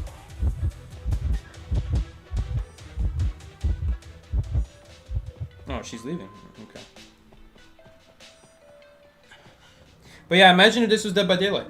I would not be able to confidently know if this area is right there, the area that I need to counter Geisha. I go there and turns out it's not the area I need, and I'm just dead. I'm just dead because let's say instead of tall walls, there spawn short walls, and she can just easily see me and kill me. I don't like it. I think it removes a big strategy of the game, not having routes established. I think there's also strategy working on a fly, but you also do that in RE5. Even with routes, you work on the fly a lot. Because it all depends what the hunter does at the end of the day, even with consistent routes. Like, not consistent routes, consistent areas, I mean to say. Anyway, let's wrap it up on Dead by Daylight. Let's wrap it up. That's enough Dead by Daylight hate. But like I said, like these are all suggestions that I'm sure people who play Dead by Daylight love. And it's so funny because people who complain about Dead by Daylight are people who played the game also, who have played the game for way too long. Like, I'm someone complaining about the game that, frankly, I only played for about 100 hours. I have about 100 hours in Dead by Daylight. I played the game a good bit. Alright, I played the game a good bit. I did not just log on the game for 1 hour and be like, okay, paywall hours, I'm not playing anymore. Because when I started IDV, I also had nothing. To be fair, I also had nothing when I started IDV. But I still really liked the game. So, you know, I knew how much I love 1v4 and go back to it, and Dead by Daylight just does it really poorly. At least that's my take on it. What was I saying? Someone asked me kiting tips for beginners, what I would say. Anything I could tell you is already in my video called 11 kiting tips for new survivors. Let me see what it's called exactly. YouTube Psyche. 11 tips to help you improve your kites. That's what it's called. And it's a video made by me 5 years ago. The best thing I can tell you about learning to kite is, first of all, know what the hunter's abilities do. There are a lot of hunters, but so for starters, I wouldn't really recommend sitting down and reading all the hunters. I'm not saying that. Yes, I'm saying know their abilities, but if you're new to the game, I probably would not sit down and read them individually one by one. I would encourage you just play the game, see what hunter you're up against, try to figure out who the hunter is, and then you can read about it and what they do. And now you're like, oh, I saw that, so that's what that was, and you'll be able to link it up because you saw it. So if you're a real beginner, you really just start playing the game, I would kind of go off like that because there are a lot of hunters. And same for survivors. If you're playing hunter and there's a survivor that does something weird, it says what the survivor is in the top left. Or the top right. And if you're up against a hunter that you don't know, well, don't worry, it'll always... Does it actually say? I hope it says. Does it actually not say? Well, anyway, you'll see the picture, and you'll be able to link up the picture. Alright, like Geisha. Okay, here's Geisha. After that, though, figuring out what the hunter's abilities do is one half of the battle. The other half is then now when you use powders and window areas, you need to know... what areas are the good areas. So you need to figure out what are the maps, where are the good spots, where are the bad spots. You're trying to look for pallets or windows that are hard for the hunter to go around. And one way to learn is just play hunter yourself. See, like, okay, can I walk around this pallet and hit the survivor if they just try to drop the pallet and walk away? And that's like an example of an area where you might be able to ignore the pallets and just use your ability. But areas like shack, or buildings, like large buildings, they usually have very strong windows or pallets. Arms Factory has a big building. Hospital's a huge building in the center. These are the kinds of pallets or windows you're looking for, and these are the areas you're planning to rotate to. They are the safest. And if I had to give one more tip on how to kite, when you're a beginner, try to prioritize windows over pallets. Try to prioritize windows over pallets. A lot of hunters, they don't really have an easy way to deal with windows. But a lot of hunters are probably going to be running fast pallet break. So they're going to have an answer to pallets quickly, but there is no answer to windows. They can block the window, but you'll still get your first vault off of it. Not to mention, one of the best personas in the game to counter almost every hunter is broken windows, which synergizes with windows. That is more reasons to utilize windows so that you can save the pallets for longer. Not only are you using a window that you can reuse after you use the pallet, but also you got a boost out of it, meaning that you could probably loop the window again, or sometimes even a third time, depending on the hunter you're up against. So those are the main things. Know what the hunters do. Learn about the maps. Figure out where the strong areas are. You'll just learn it just by experience, like where you'll see like a hunter just easily walks around it or uses their ability. You'll be like, okay, this must not be a very good area against this hunter. And I'm not gonna lie, you're gonna run into a lot of like false positives a lot of the time because at the start of the game there are a lot of bad hunters. There's going to be a lot of hunters that just break every pallet, okay? It doesn't matter what pallet you drop. It can be the world's crappiest pallet that they could have walked around. They could have taken 1 second to walk around, but instead they take 3 seconds breaking it. So you'll get like false positives being like, oh, is this a good area? And it turns out it's not a good area because you go against a better hunter who just easily counters it. But look for situations like that and learn from it. Make sure you're using your hit boost when you get hit. Use it to get to another area if your area is out of resources. The worst thing you can do is stand still, or when you get hit, you're not taking advantage of that extra speed boost you get from getting a hit. So make sure you're doing those things. This is not like a tip for kiting necessarily, but I would highly also encourage playing Hunter. Playing Hunter, even if you only have like Hell Ember, you always have a free Hunter. There are sometimes even 2 free Hunters on the same day. Today's free Hunter's Clerk, and I bet you there's another free Hunter. This account doesn't own Clerk, but I can play Clerk today. In quick match only. Keep that in mind. And so you can kind of learn and practice Hunters that way. And just have fun playing the game. Just have fun playing the game. Like, you may not own this character, but I remember when I started the game, and I didn't own all the characters, it was so fun. Like, just seeing, like, oh, what's the free character today? Like, today's free character is Clown. Like, holy crap. Never played Clown before. Well, I remember playing him, and I just want to play more Clown, you know? And by the time you'll play some Clown and get bored of him, next day there's another free Hunter. Another free Hunter, Ripper. Back then, there used to not be any free Hunters except Clown, Gamekeeper, and Ripper. And it used to be, I think it was like 1 Hunter and 1 Survivor a day. But nowadays, they added so many characters, there's like 3 free Survivors every day. and 2 free hunters sometimes every day. Not to mention there's like character days where it's a character's birthday, so they're guaranteed to be playable. And during competitions, esports events, specifically called Abyss, which happens in the winter, all characters are available for like a month straight. And I never talk about this, but these are one of the things that make Identity V so new player friendly, is that you're allowed to go ahead and try out hunters here. Try out hunters that you don't own, that are realistically, like, you're not sure if it's worth buying this character. Are you really going to spend almost double on a hunter? Or not almost double, but like 50% more on a hunter rather than spending on a survivor? If you're planning on playing survivor, you know, it'd be kind of a shame if you just wasted those clues on a hunter. And it turns out you don't even like that hunter.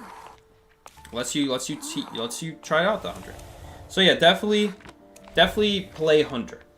Definitely play hunter, because one of the best ways to learn the game effectively and quickly is not by reading, because reading will tell you specifics, but it's not going to tell you the general idea. You're going to be confused with the general ideas. You're gonna be reading Violinist. You're going to be reading Violinist, and you're going to be like, what the hell is a demon note? What the hell is a terrifying string music? Like, what does it say here? It says, Antonio plays the first music note at the target location. Does the first music note do anything? He can use this ability to play a second music note in 5 seconds. What does that look like? How far does it go? You know, can you walk through this music note? I think it says right here that the 2 music notes will resonate to generate terrifying string music. And it says right here what terrifying string music is. And so it explains a little bit, but you still need like a visual. Having that visual in the game will still teach you a lot more. And then you can be like specific. So okay, oh, I was very slow that game, not because I was crazy, but because I actually do get slowed down. Right? It says right there. And you're not going to know that. You're probably not going to even memorize it, even if you read it. So that's why I don't even encourage really reading everything. Just when you're starting out.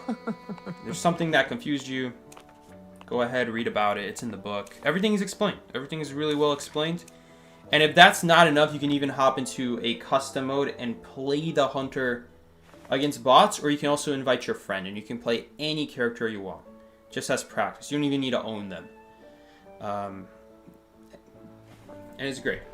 It's great. So while not a kiting tip, I would suggest just playing hunter every once in a while. Just every once in a while. Just to learn about the area, just to keep walking around the map and think about things in a new perspective. Being like, oh, I haven't used this area. Let's see how these survivors use this area. Is this area going to be good against me? How do I do in this area? And I'm not going to lie, half the battle is going to be like, oh, I didn't know that pod was there. Or I didn't know that window was there. I should have set my ability up. One of the reasons I don't like Dead by Daylight is because not only do I not know the map, but the areas are random, so I don't even know half the time when to set up an ability when I should be, just in case of a certain area, right? In ID5, they're always consistent, so just spend time. Just spend time learning the map, being like, okay, like there's a pallet here, there's a window there. Is this area good? Is this area good? I mean.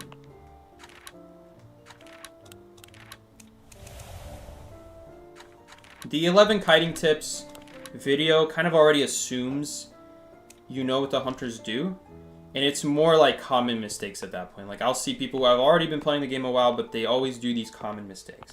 They be dropping pallets when the hunter's not even close to them, okay? So the hunter just easily walks around it. But that's something you can only understand if you've already played the Identity V a little bit, alright? So I'm being really, really basic here. That there are pallets that you drop and the hunter can easily walk around. But there are also really good pallets that normally the hunter cannot walk around, but a place like Shack, if you instantly vault the Shack window when the hunter's not even close to you, and they see you leaving Shack, why are they going to go to inside Shack? They're not. They're just going to go straight for you. Sometimes you need to slow down. Sometimes you got to be like, okay, let's not drop pallets. Let's just keep circling. Let the hunter get closer so that the pallet can actually get value instead of me just dropping and just ignoring it and just going right after me.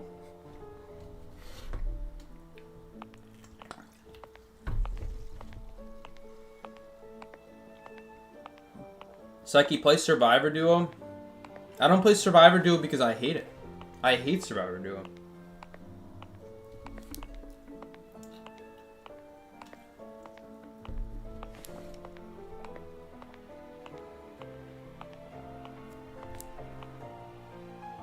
Maybe you gotta get an alt account to play Hunter. This is the alt account.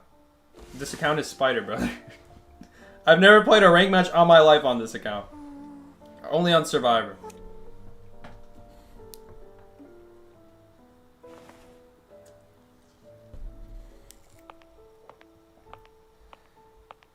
Just harass the hunter, then they'll chase you. The issue is everyone is doing that and there's no coordination to it. The whole reason I like 1v4 is because you have to work as a team. There's no working as a team in 2v8. That's the whole reason I like IDV is because there is a hunter that you cannot kill, which is already unique. That's not just a straight up blatant who kills who first. And it's not like a game of holding sprint either. And you outrun your opponent. They are always faster than you, and you have to find clever ways of stalling them. Sometimes that involves your teammates' help. 2v8 is really random. There's the phone booth. Teamwork can happen, but most people are not playing 2v8 to be competitive. And I want to play seriously, right? I want to play seriously. But most people are not playing seriously. I mean, I talked about this. Right? This is what I talked about. You know, in Dead by Daylight, people who are sweaty are mad that they're getting Billy Joe Bob, who has no idea what X does. And then there's people who just want to chill, that they don't want to play the game seriously. And we kind of have this problem in 2v8. So that's why I just stick to 1v4. Because it's just more fun for everyone, like, for that. Like, why would I torture myself? Playing against sweats, and it's really hard to improve if I'm a new player, right? I wouldn't want to do that, right? I'm not going to really improve if my opponent already knows everything. You have to take everything progressively. You got to go progressively. That's why anyone who's like a bad player and then they just buy a high tier account and then they play on the high tier account just because they had good skins. So they're like, oh, I'm gonna play some rank.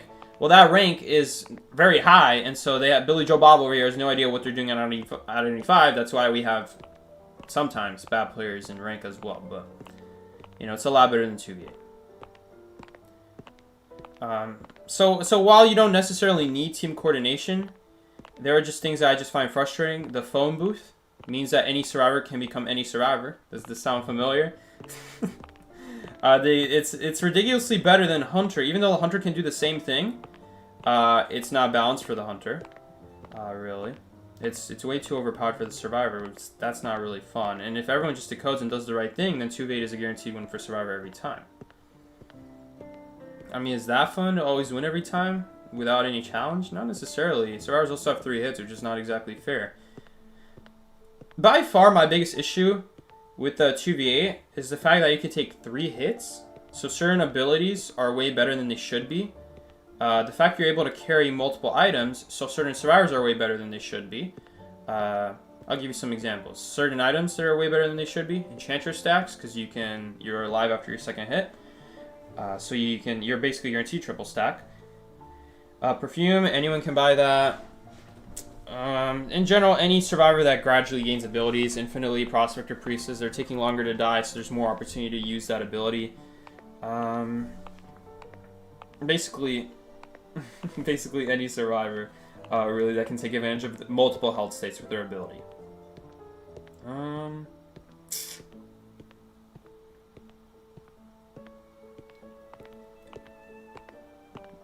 Also, I said the decode is a little bit too fast than it should be, but that was done because people may not necessarily decode, and in the games they do decode, Hunters just stand no chance.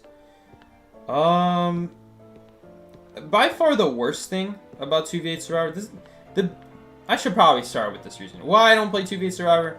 Double teaming. Double teaming.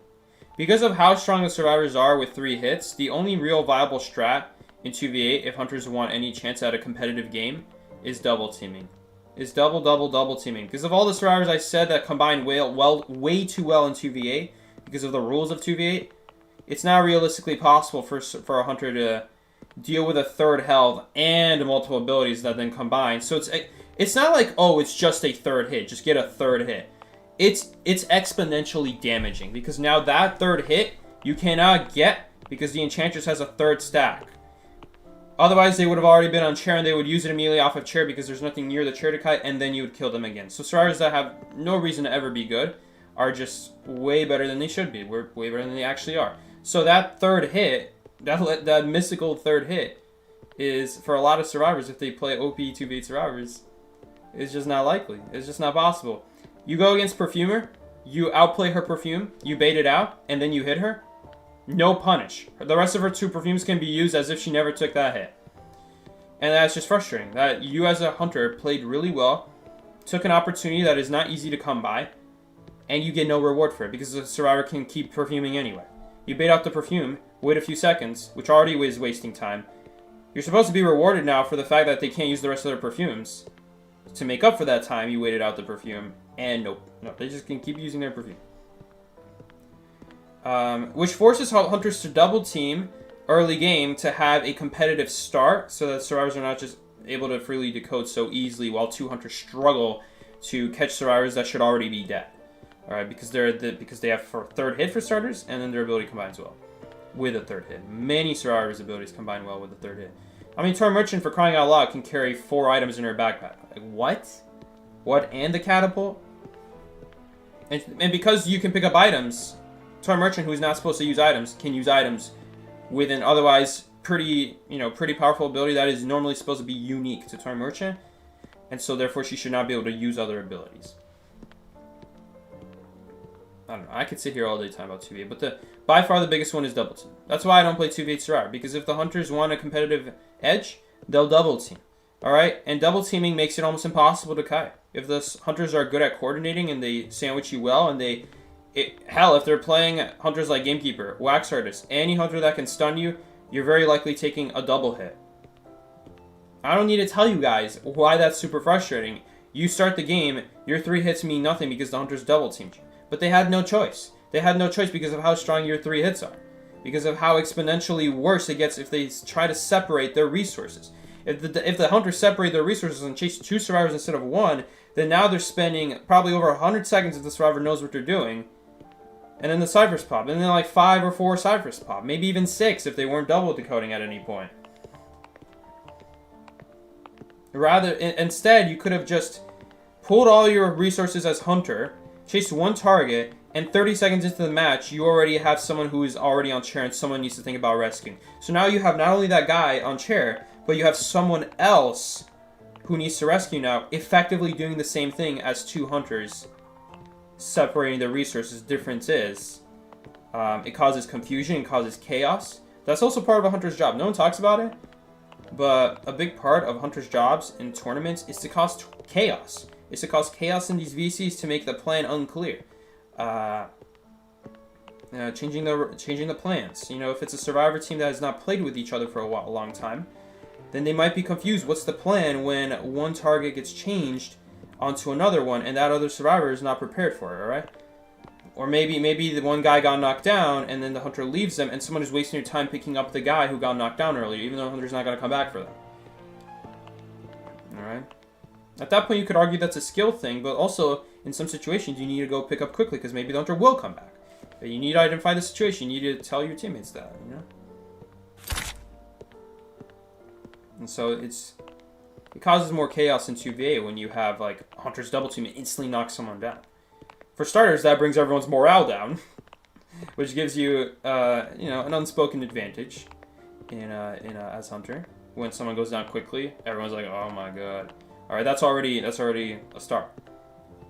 But then you have someone who needs to rescue. One of the hunters immediately teleports away. So now they have effectively second person getting chased. I know that the second rescuer doesn't need to come immediately. But then you have someone else immediately teleport away, so they're immediately on a second person anyway.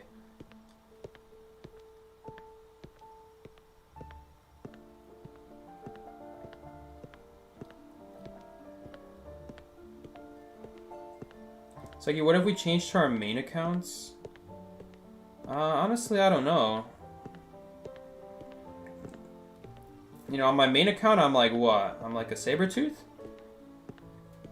Sabretooth? I keep the hunter rank low on purpose so that if I ever want to test something as hunter or just practice playing hunter and trying out strategies so that I can be more prepared against it as survivor when I go against them, I just get a match instantly. I don't have to wait multiple minutes. I don't think it's gonna be much of a difference, honestly, Joseph. I think it's gonna be about the same, honestly.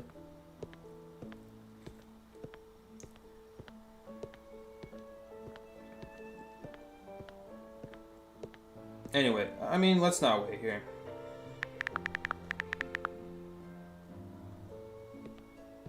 No need to waste so long on matches that, like, guys, I'm anyway a Smurf. Like, we're not gonna go against like any interesting matches here.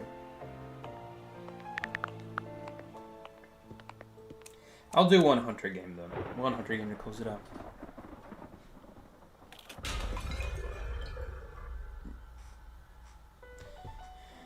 Well, the reason I talk about double teaming is because it's a big problem early on in the game. But I just want to make clear, you do not always want to double team in 2v. If you want to win a match as hunter, you don't always want to double team, because then you have multiple resources in the same spot where you really don't want it.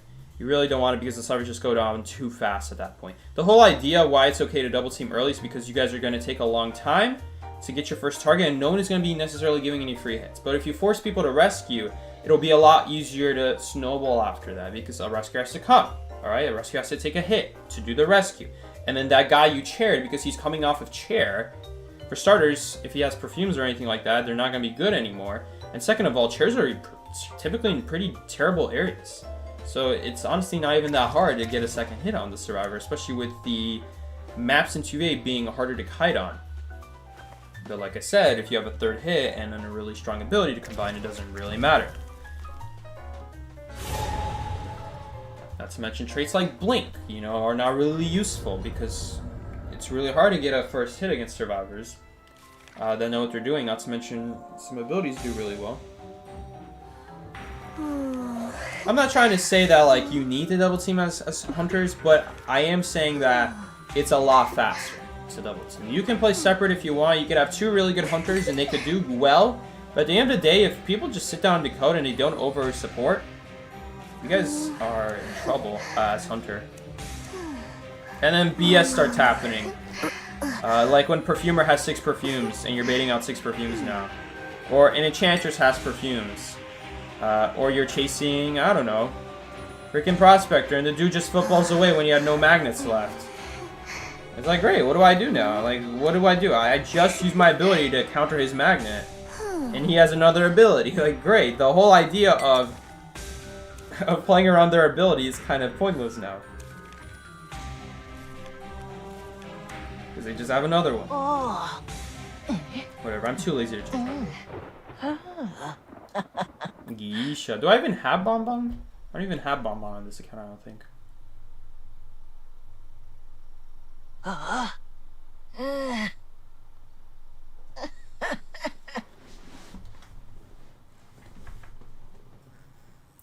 Yeah, I hate Speed Pill. I also hate Speed Pill. I hate it as Hunter, I hate it as Survivor. Because all it does is it forces both sides to get a Speed Pill. That's what it does, and it, just to even out the playing field.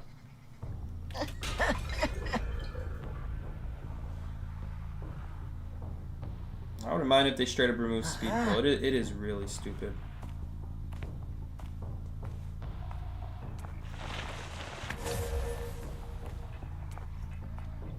Peeper by the toilet.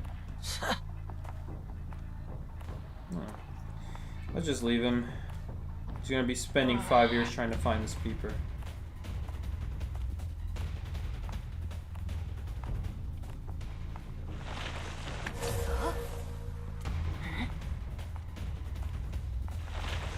It kinda sucks because I already have max rock.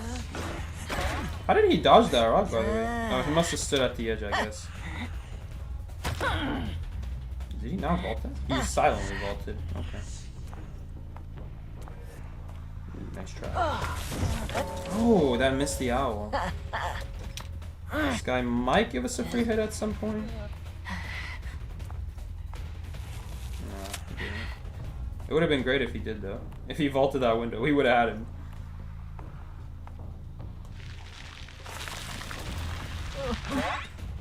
Oh, he's gonna get my face here. Let's go after the painter now. If I don't go after him, he's gonna be able to get a free face. I don't want that.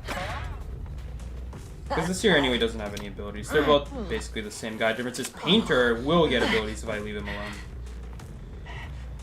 We'll stick on Painter. I mean, they made it really easy. The Painter following me made it really easy. I'm not gonna lie.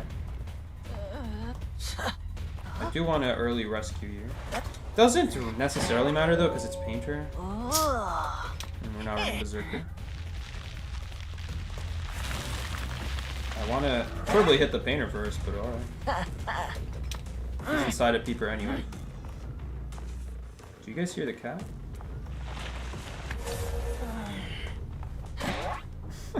Okay.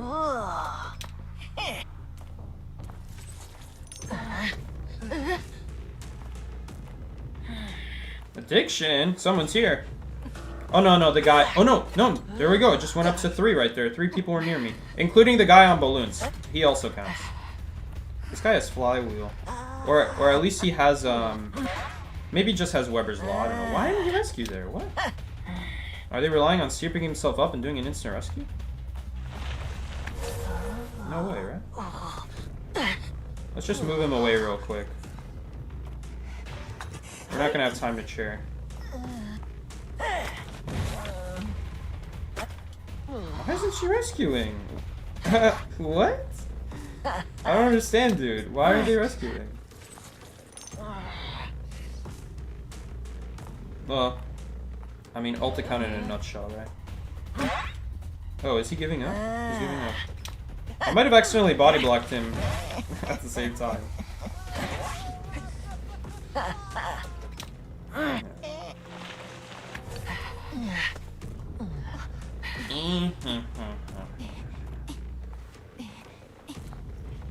Let's put this guy on chair. Hopefully they don't rescue the painter at any point, because this guy doesn't want to play anymore.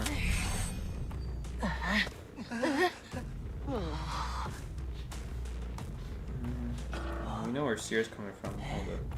He's not struggling. He'll make this easier. There we go.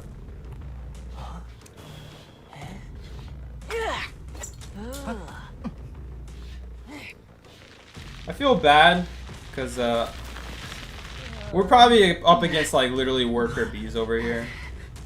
That's why I don't usually play stinky on the hunter account. I mean, what did we learn from this? Like, what did I learn from this game? I guess I learned how to do wall placements at ruins. Like, at the end of the day, you still learn something, even if you go against bad players. But I'm not gonna lie, they kind of handed it on a silver platter when that painter came over to the Seer, you know? So many free hits. It didn't really force me to adapt and learn how to use my abilities. Nothing was going on. Why are peddlers' arms so long and skinny? I don't know, part of her design. You can ask the same thing in Night Watch. Alright, I'm gonna do one more match. We'll do it on the main account. We'll do the match on the main account. That's why we need no struggling for the host. When last time I did the host, there were a lot of people who stopped struggling halfway through, but it was actually like successful. It actually wasn't as hard to get people, you know, even if we miss one hit on someone, that one hit could be the difference maker in the end. That's a hit that now we have to get all the way back. We have to make it all up because we have to knock down our survivor, put them on balloons again, then follow the survivor that was so close to us and just ran away because we kept barely missing him. And honestly, the same thing could happen again. We could get close. As we're getting closer, the struggling kind of messes you up, and GG, you were this close to hitting them, and now you don't. Obviously, it's not going to work if they just use the good pallet areas, but with a couple of good mind games, you could still win in a lot of pallet areas, depending on the map. It's an interesting idea, but you lose a lot of distance now without the struggling effect being removed.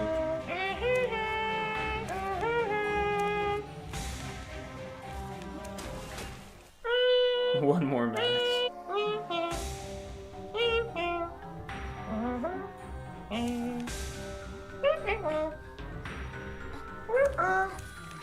Alright.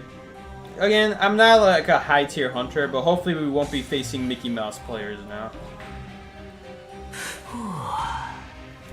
If anything, I expect these people to play closer to what I would see in Survivor rank when I play Survivor. Which honestly is not great, but I mean, every once in a while you match someone who's pretty good. I'm too lazy to change my build. Let's just run this build. Oh no, I need pallet breaking. Alright, every time I play Wu-Chang, I need to make like a special Wu-Chang build because you need INSO, detention, pallet breaking. Unless it's just a map. Man, we're gonna struggle now. We're gonna struggle now. Oh, that's really important. Psyche viewer 1v1 again when? I need to get Terror Shock on stream. Did I ever do that? Have I ever done that before? You make it sound like I've done that before. I don't think Shag is a good area to chase with no fast power breaking. Oh, I see someone there. Question is, do they see me? Oh, they don't. They don't. Oh, perfect umbrella. Last frame hit. Let's go.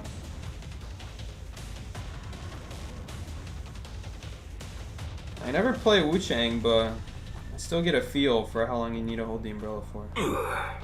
Okay, he's using this window.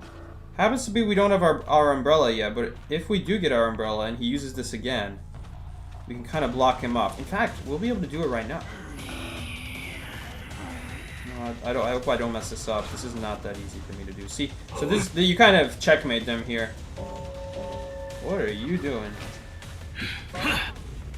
And see, that was like something where like, if we didn't know what we were doing with Wu-Chang, we might have not necessarily gotten away there. But you guys learned something about Wu-Chang, even though these are not like, these survivors didn't do anything amazing. But it's like something cool that you learn about Wu-Chang, you know, that you can do that, and now you know when you guys are survivors to not use this area against Wu-Chang. No, there's no basement. Rest in peace. We're getting stunned. If there was basement there, we could just basement through the wall and... Or not basement through the wall, but what's it called? Go right through the wall. He should have landed that stun. That's rough. Dude, Vigilance is actually doing something. Just my Helm view. Not really, just sped me up a little bit. That's about it. Dude, you're going in for rescue early. She's really fast. She's got Weber's Law, mostly Flywheel. Most likely Flywheel, I mean. And we don't have Berserker either. Bell doesn't... By the way, I tested this. Bell doesn't do anything against Lanternist. It'll immediately fail the calibration, but you need to use the Bell a second time for that to do anything. Yo, Hunt is going crazy right now. Look at Hunt value. I don't think he would have made the pallet. Well, he should have gone for the other pallets, that's to be fair.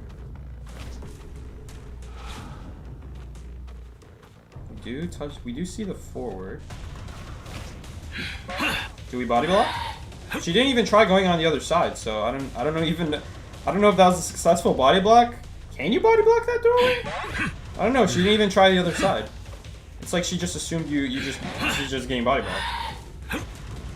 See, this door you can definitely body block. It's like one of those, he's like running into a snowman. Because he wants to time it well when the football. Hello. Can't really pick up yet.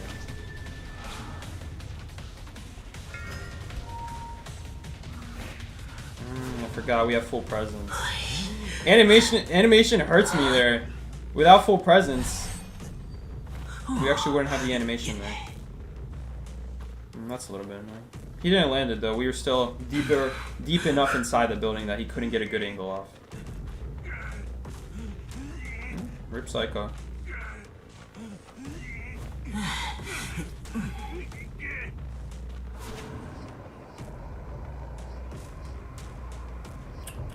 Anyone? Oh, I see someone.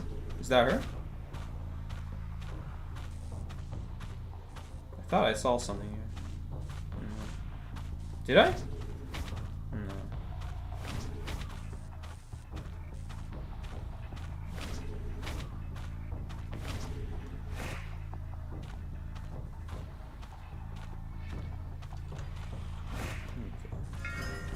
Oh shoot, she's stalling his chair time. It's still after half though. She didn't make it on time. Flywheel? There we go. I could tell she had Flywheel because of Weber's Law. Anyone who has Flywheel has to run Weber's Law. But anyone who has broken windows could also run Weber's Law. So it's not a guaranteed, but it gives you a little hint about their persona build. If you see that they're moving way faster than they should be, that's an easy way to tell. Oh, he was predicting a blink right there. I was waiting for a second. He actually tried to blink. Like this guy, This guy knows I was gonna blink there. He's looking back. He sees that I'm standing there. It looks suspiciously like a blink. Like, this is not some Mickey Mouse survivor. Not the world's best survivor. This is not like Burska or anything, but it's like he could definitely trip you up if you, I don't know, if you're just learning Hunter.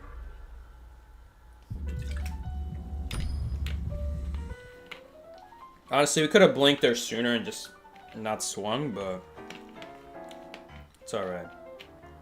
I wanted to see if he was going to stick to the pallet and try to predict the blink by vaulting the pallet.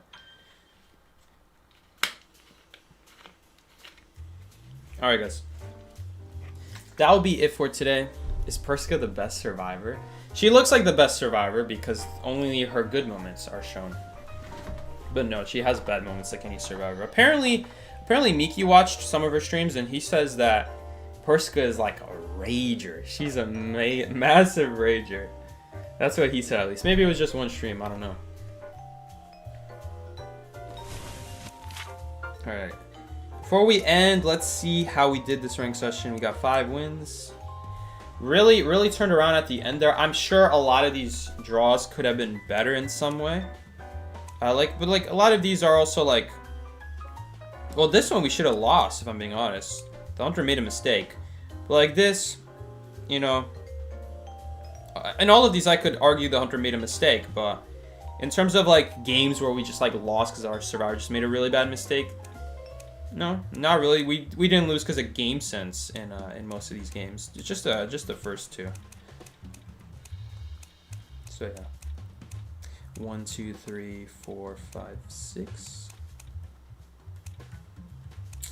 games. Yeah, 6 ties. Not bad. Not bad at all. I'll take it. Spoilers for my VOD experience because I never update the counter. I 1v1'd you with your Hunter? Oh, I don't remember that. We could choose if Psyche's Hunter or us Hunter. You watch her streams and she seems calm? Never mind that. I mean... I'm just going off what Miki says. Good night, Tato. How long have you been here, bro? Did you just come in or have you been watching silently the whole time? Anything else? You found the decoder. You hit the jackpot. Was I? I wasn't even paying attention to that game. Oh yeah, we found the composer. That was very lucky. That was very lucky that we teleported on the composer. Very unlucky for him. Psyche was super calm today. It gets bad when I'm on voice chat. I just came back. I went to go eat dinner and ice cream and you're still streaming. Well, we're about to end it now. We spent like an hour in wait time, something like that. I don't remember. Some crazy amount of wait time. 15-20 minutes. And then we waited for a quick match. We just never got a quick match. So, what do you think the toy merchant buff should be? She should be able to use the items in her backpack. I don't see there to be any reason why she can't use the items in her backpack. Right now, her kiting is only good if she's by heights or she uses a catapult. But the catapult, you know, if you use it to support, it's not even that amazing. It really depends on the Hunter. Sometimes it's really good. It's in the range between decent and really bad. There's never been a time where I've been like, oh my god, this catapult is so good. The only time is like hospital, but that's because of hospital BS, you know? You just jump into hospital, and Hunter can't do anything about it. But if you use the toy merchant catapult as like intended just for pure distance, not because you're cheesing an entrance into a building that normally is not possible, it doesn't give a whole lot. It's about 20 meters, but you have to keep in mind the Hunter is still walking while you're traveling that 20 meters. So it really evens out to be more like 12. And Hunters who have speed up abilities will probably land about right next to you if they're really good with their speed ability. Yeah, she is crazy on Darkwoods though. She's really good on Darkwoods. There are lots of drop downs. Usually a map doesn't have drop downs that prevalent. Like even Chinatown. In Chinatown, I would consider a map with a lot of drop downs. Hospital, I wouldn't really cut because it has several places where you can drop down, but none of them except like 1 or 2, like two. There's the one on the big hole in the wall next to the staircase, and there's a hole next to a pallet. on the top floor that you just take and you catapult, or not catapult, but you glide down through the other window on hospital. You could like go back to double doors, you could go to shack with that, or you could go ruins and that. That's also really good. But in terms of actual distance for toy merchant, it's never really good. It's never really good. You're always forced to use your glider with your catapult. I don't really like it. I feel she should be able to use abilities. Without her catapult, she's really nothing. Most maps don't have good places to drop down, and even if they do have a drop down, it's not that long. It has to be like a specific map. Like Hospital's great. Hospital's really good. But that's because you pass by. You drop a really good pallet upstairs and then you pass by a window. Like you fly over a window. But most of the time it's just like a straight line for the hunter. You'd have to set up catapults, clever catapults. And what ends up happening is the hunter usually doesn't chase you. They just immediately break your catapult and they just move on. Alright, you just have less resources for the end game. So, like toy merchant, like, so then when do you set up the catapults? Because you set up the catapult early, what ends up happening, in my experience in tournaments, is a smart hunter will go to the toy merchant first, expecting her to try to set up support ahead of time. And it just means that she just has to immediately use the catapult. Catapult's immediately used, broken. Hunter could go after, like, a journalist. Like, let's say they spawn outside graveyard on Eversleeping. They could go after journalist, but why would you? She has tons of distance behind a window at graveyard. She can see where you're going. If they're on communications, I'm sure a survivor will be nearby, telling them, oh, he's cutting through the alleyway. Oh, he's vaulting the window. Like maybe someone is doing Dancing Geisha, and they'll see that happening, right? It's not that good. It's not good. So the hunter just like break it, leaves you. They have plenty of other targets, and now that's less resources end game. Less resources end game. So I don't know. I would just say let her use the abilities in her backpack. I don't see why not. I don't see any other way to make her good besides the catapult. Right now, it's just her catapult and it's just her glider, and you're forced to use them together. It's really hard to find a kiting area without you being forced to use your glider, or I mean your catapult, and into a glider. It's hard to even get value out of the glider. Like I said, it's just okay. It's just okay. She's anywhere between bad to just okay. She's never amazing. You start off the kite, you probably have to immediately use your catapult, because the catapult takes a lot of time to set up. It used to be the dancer boxes took a lot of time to set up, and they buffed that significantly. The animation used to be so slow, and since then it's like, if you hold the button even for like half a second, you'll do like an instant box placement, and that only takes like 1 second basically, less than a second almost. And they've buffed the catapult by the same logic, but it's still like about 2 seconds. It's just not good. It's just not good. Most of the distance you gain is lost by standing still, to drop the catapult. So the only real way to use catapult well is to pre-place it on ciphers so that you're not wasting time mid-kai. But then it's also very easy for the hunter to break it. Yeah, if the catapult is gone, if the catapults are used, at that point I feel you should be able to use items. But I don't like that. I don't think that's a good idea, because then how would the game be able to tell that there's no more catapults on the map? Like, what happens if you drop both your catapults and then move your elbow pad into your inventory, right? Would the game still allow you to pick up the catapult? Like, would that be fair? I feel like she should just have a second item slot, like Lucky Guy, except that when she hits 0, it's not like more items can go in that inventory spot. It's not like it really matters, because when you use one inventory slot, you could just move your other items back into the inventory. Just give her a second inventory slot so that you can put items in that inventory slot. And then she could be a really good survivor. I could think she's gonna be a really good survivor. Less than Lucky Guy, because you obviously have to get lucky what kind of items you get. If you get football, elbow pad, watch, bro, you're looking crazy good. If you get syringe, and elbow pad, you're not looking so good. So why can Dancer pick up items then? I don't know. You actually got me there. Damn, that's a good point. Because she can drop all her boxes, then she can pick up an item. But that's not how you should play it anyway. Like, guys, come on, be honest. As tournament, you're not going to drop both your catapults instantly. If anything, it makes sense as Dancer, because those boxes stay up so long and they're so good. But catapults are not even good if it's pointing in a direction that the hunter's going to come from. So It's a lot more dependent. It's not like Dancer where it's like the moment the hunter enters it, no matter what side they enter it from, it's a circle. It's always getting value. Oh, they removed the watch as well for toy? Well, you can still pull it from a chest. That was a pretty major nerf to Toy Merchant. They buffed like a couple other things about her and then took away a huge item. I guess it makes her less luck dependent in one way, because now it's like, okay, well, hunters are less likely to worry about her getting an OP item, but on the other case, it makes her more luck dependent, because now you're getting syringe more often, where otherwise you would get a good item. I don't like that she starts with syringe. I feel it should help her that she should not start with a syringe, and then use ability, whatever ability you can get.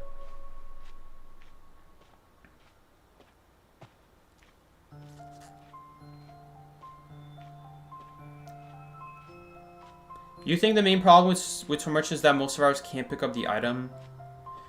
That is true in 1A. I've actually never tested this out. I've always been curious. What happens if you... Because you can pick up the item. You can technically pick up the item. Even if you're playing something like Fire Investigator, who like has 0 balls in his inventory. Let's try this out. I've never actually tried this.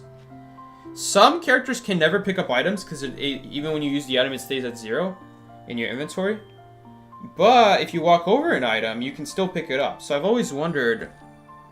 I've never really had a chance to do this because no one plays Toy Merchant. But let's see what happens if, like, let's say I have 0 balls and I pick up an item. You can pick up the item. The question is, can you use it? What if she sends items like Postman? That would be really cool. That would be really cool, but we'll see if half the stars can even use that item. Let's see. And I mean, guys, like, what about survivors who can always gain more abilities, right? They'll never be able to hit 0 because they're always gaining more abilities. Like Priestess, even if they're 0, they'll eventually get 1 more back. Like Prospector, Priestess, Enchantress. What about those survivors? I don't know, guys. The problem with Toy Merchant mostly lies in herself. She's mostly the problem. Oh, but I need another survivor to do this. I can't just be Hunter. Man, I also did custom, so I can't just click the exit button. Oh wait, maybe you can't even hit the exit button and do this though.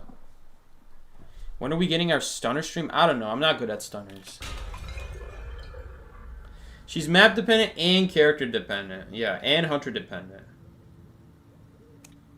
There's a lot of reasons why Toy Merchant is not good. If you were able to use the item out of your bag, then it would open up more options so that you don't have to worry about just using her on maps where the glider will get value without the catapult, because you have an item to also rely on. So then you could play her on maps like Arms Factory and not have to worry about how you use a catapult instantly in your kite, but even when you use the catapults, you're spending like 2 seconds standing still. It doesn't really matter if we get chased by a bot hunter. Let's go ahead and just do bot hunters. We don't need anyone else.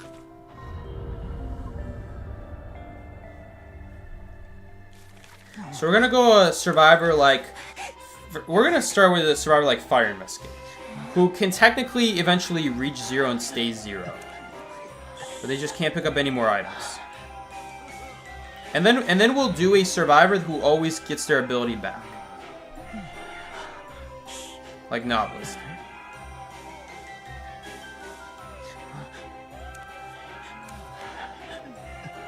Like Painter. Well, no, Painter eventually he can use items if you just use the paintings. Fire Investigator is perfect for this.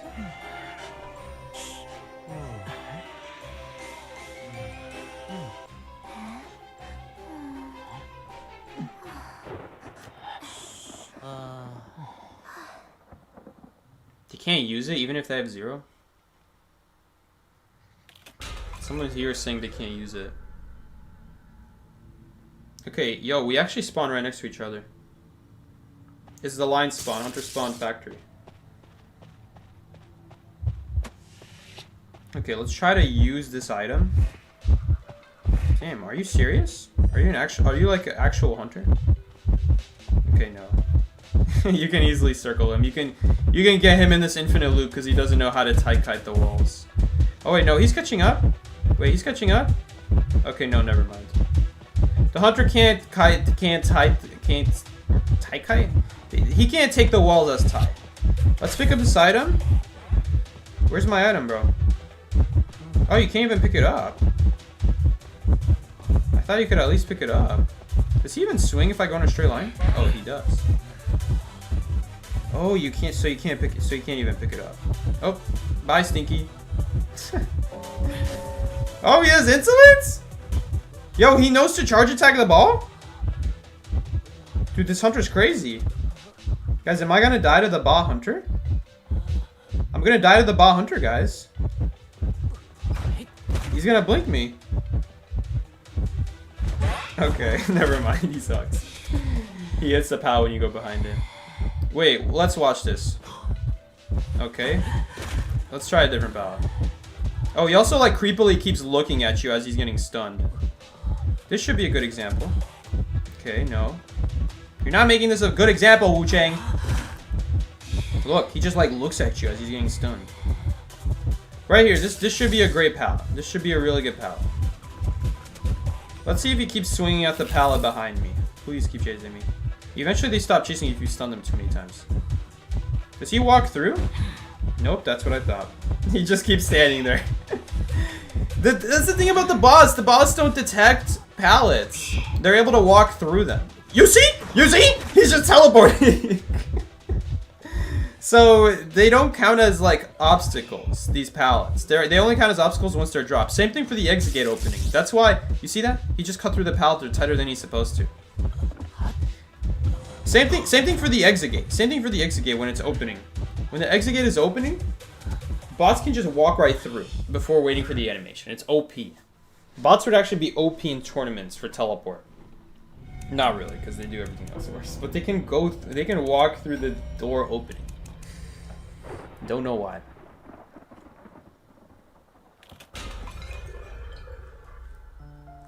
Okay, well. So I'm guessing if I pick something like Enchantress Priestess, you can't pick those items up.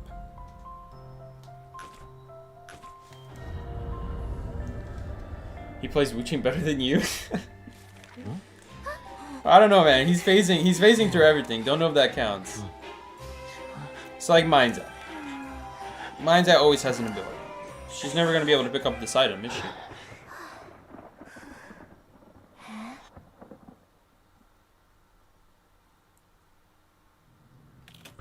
They should make it like duo hunters where everyone can have a second slot for the item. Well, no, I no, that's not a good idea because then you can then just pick up items from the chest then. You can't do that.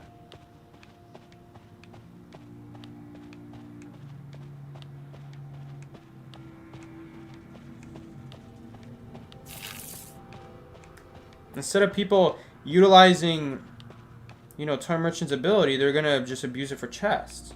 Because Toy Merchant, at the end of the day, only has one ability. So yeah, you can't pick it up. Oh my god. This feels like a rank match. Prisoner got terror shocked. No, just specifically for toys items, well then they'd have to do like a unique look for it. Because if they just implement the way it is in 2V, then it looks way too confusing.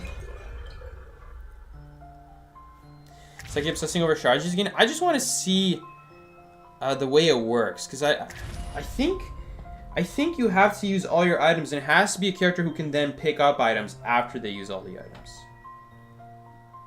I'm just interested in seeing here, because I've never actually really tried using one of Toy Merchant's items before I've used my items. So like Painter is a good example. Oh, I'm Toy Merchant. Never mind.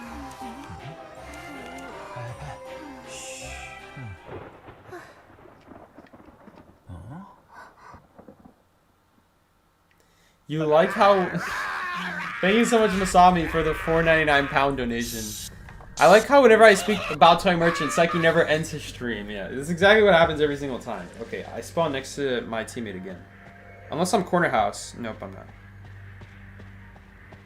So let's try this. Can we pick this up? This is an elbow pad. Yeah. But I can't use it. It's just kind of stuck there. Okay. Whoa, no, Stinky, don't die! Okay, good. No, Stinky! Hold up. LX boy. There we go. Bye, Stinky. Okay, let's draw this painting.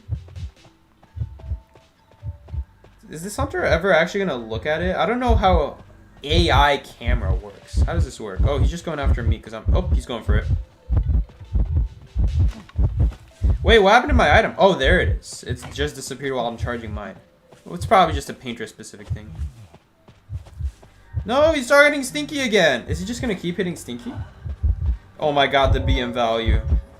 The BM value from the center. Let's cancel recovery. Let's be toxic to Stinky. Yeah, so it immediately goes in your inventory, but you cannot use it until after you use all the things. Okay. Well, good to know. Bye, Stinky.